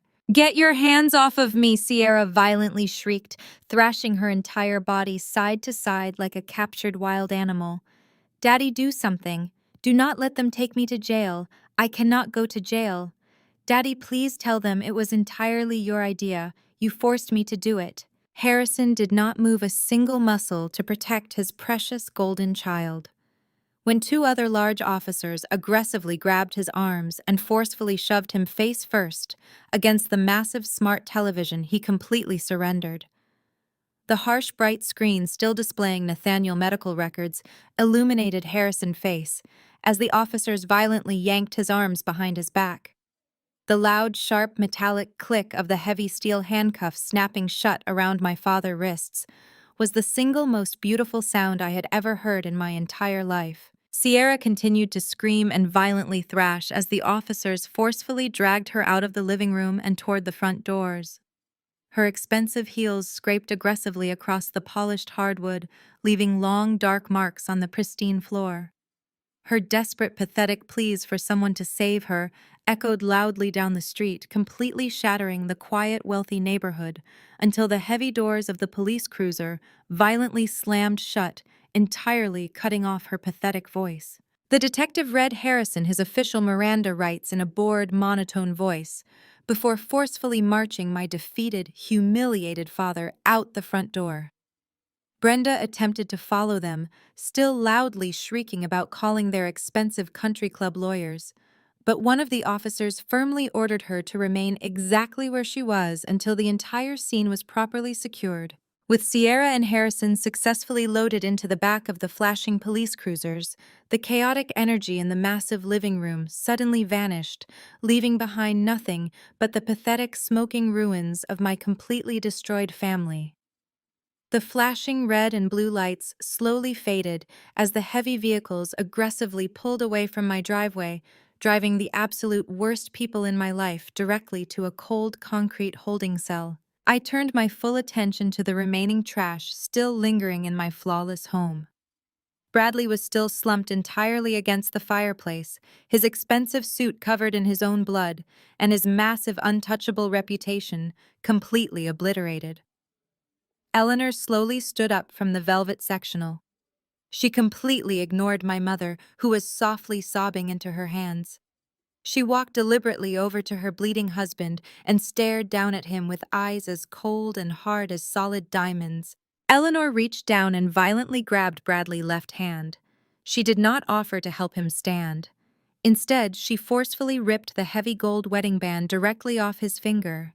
She threw the heavy ring directly onto his chest, letting it bounce off his expensive bloody suit and roll uselessly onto the floor. "Do not even bother trying to return to our house tonight.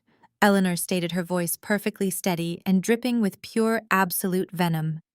"My security team will immediately throw your expensive belongings onto the front lawn. You will hear from my divorce attorneys first thing tomorrow morning. And believe me, Bradley, I am going to completely ruin you." Eleanor turned her back on him completely and walked out of my house with her head held incredibly high, maintaining her flawless high society grace even in the absolute center of a total nightmare. I looked down at Bradley and then shifted my gaze to my mother, who was still shaking uncontrollably on the sofa. They were completely stripped of their massive egos, their fake wealth, and their pathetic manufactured illusions. They had absolutely nothing left to hide behind. "Get out of my house," I commanded, my voice echoing loudly in the quiet room. Bradley slowly scrambled to his feet, holding his bleeding lip, and practically ran out the front door, desperate to escape the utter destruction he had actively participated in. Brenda slowly stood up, clutching her expensive designer handbag like a useless shield. She looked around the massive, beautiful room, realizing she would never again set foot in my luxurious life. Her reputation was permanently destroyed. Her husband and golden child were currently sitting in the back of a police car facing decades in federal prison. Her entire social standing was completely obliterated. She walked out into the cold, dark night entirely alone, leaving me standing completely victorious in the absolute center of my flawless, heavily protected fortress. The heavy oak doors clicked shut, sealing the toxic waste of my past outside my fortress forever.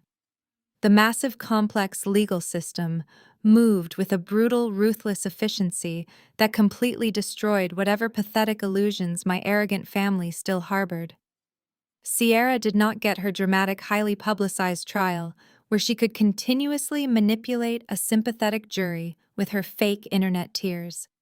The aggressive federal prosecutors offered her high-priced defense attorney a massive mountain of undeniable evidence, including the high-definition extortion tape and the heavily documented digital forgery trail. Faced with the terrifying concrete reality of a massive 20-year federal sentence in a maximum security facility, she immediately shattered and took a miserable, restrictive plea deal. She was permanently stripped of her internet access, her expensive designer wardrobe, and her fake helpless widow persona. The federal judge handed down a solid 5-year sentence in a minimum security federal prison.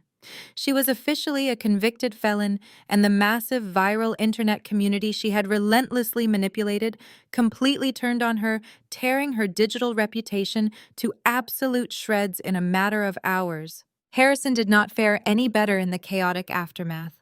The massive federal charges completely annihilated his fragile standing in the wealthy elite business community. But the absolute final killing blow did not even come from the aggressive district attorney. It came directly from Bradley. In a desperate, pathetic attempt to hide his massive wealth from Eleanor during their brutal, highly publicized divorce proceedings, Bradley completely liquidated his massive commercial investment portfolio. He ruthlessly pulled every single dime of his commercial funding out of my father's massive real estate ventures overnight. Without Bradley, massive financial backing, Harrison's entire fragile house of cards instantly collapsed under a mountain of aggressive debt. My parents were completely bankrupt within exactly 30 days. The massive commercial bank rapidly foreclosed on their lavish country club estate. Their expensive imported cars were rapidly repossessed, and their elite wealthy friends completely abandoned them. Brenda and Harrison were unceremoniously forced to move into a tiny rundown 2-bedroom apartment on the absolute wrong side of the city, with peeling paint and constantly loud neighbors. I permanently blocked their phone numbers, instructed my high-end private security team to heavily monitor the perimeter of my estate, and completely erase their pathetic, miserable existence from my entire successful life. DeAndre executed his massive legal retaliation with the exact same cold surgical precision. His high-priced, aggressive divorce attorneys absolutely decimated Sierra in family court. Because she was a convicted felon currently serving hard time in federal prison, the judge immediately granted DeAndre full, absolute legal control over all their financial assets. But DeAndre proved exactly why he was a fundamentally good man who simply got caught in a massive web of evil, calculated lies.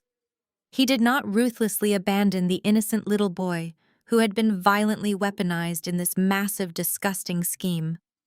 Recognizing that Bradley wanted absolutely nothing to do with his secret biological child, and knowing Sierra was completely legally unfit to be a mother, DeAndre officially filed for partial legal guardianship. He established a heavily protected trust fund and hired a highly vetted full-time professional nanny to ensure the little boy received a genuinely good life, completely far away from the toxic radioactive fallout of my completely destroyed family. He completely, legally cut Sierra out of the child life, guaranteeing she could never use the boy as a financial pawn ever again. Exactly 1 month after the massive explosive confrontation in my pristine living room, DeAndre returned to my quiet, heavily guarded estate. The massive aggressive media circus had finally died down, and the quiet, peaceful energy had fully returned to my flawless modern home. He stood in the center of my massive kitchen holding 2 expensive crystal glasses. I reached into my massive climate-controlled wine cellar and pulled out the absolute most expensive bottle of vintage champagne I owned. We did not throw a massive, loud, obnoxious party. We did not gloat endlessly over the absolute total destruction of our massive mutual enemies. We simply stood together in the quiet, beautiful kitchen, bonded by a deep, profound mutual respect, forged in the absolute darkest fires of betrayal. DeAndre slowly raised his crystal glass and gently tapped it against mine. We shared a quiet, honorable toast to Nathaniel, honoring a genuinely good man who had absolutely protected me from beyond the grave. We drank the expensive, crisp champagne in comfortable silence, completely free from the suffocating weight of the massive toxic parasites who had aggressively tried to consume our entire lives. I stepped out through the massive sliding glass doors onto my pristine private balcony. The cool evening breeze gently wrapped around my shoulders as I looked out over the massive, glittering skyline of the city. My $8 million estate was completely silent, deeply peaceful, and absolutely, entirely mine. The heavy, suffocating dark clouds of manipulation and toxic family obligation were permanently gone, completely replaced by a vast, endless sky of total, undeniable freedom.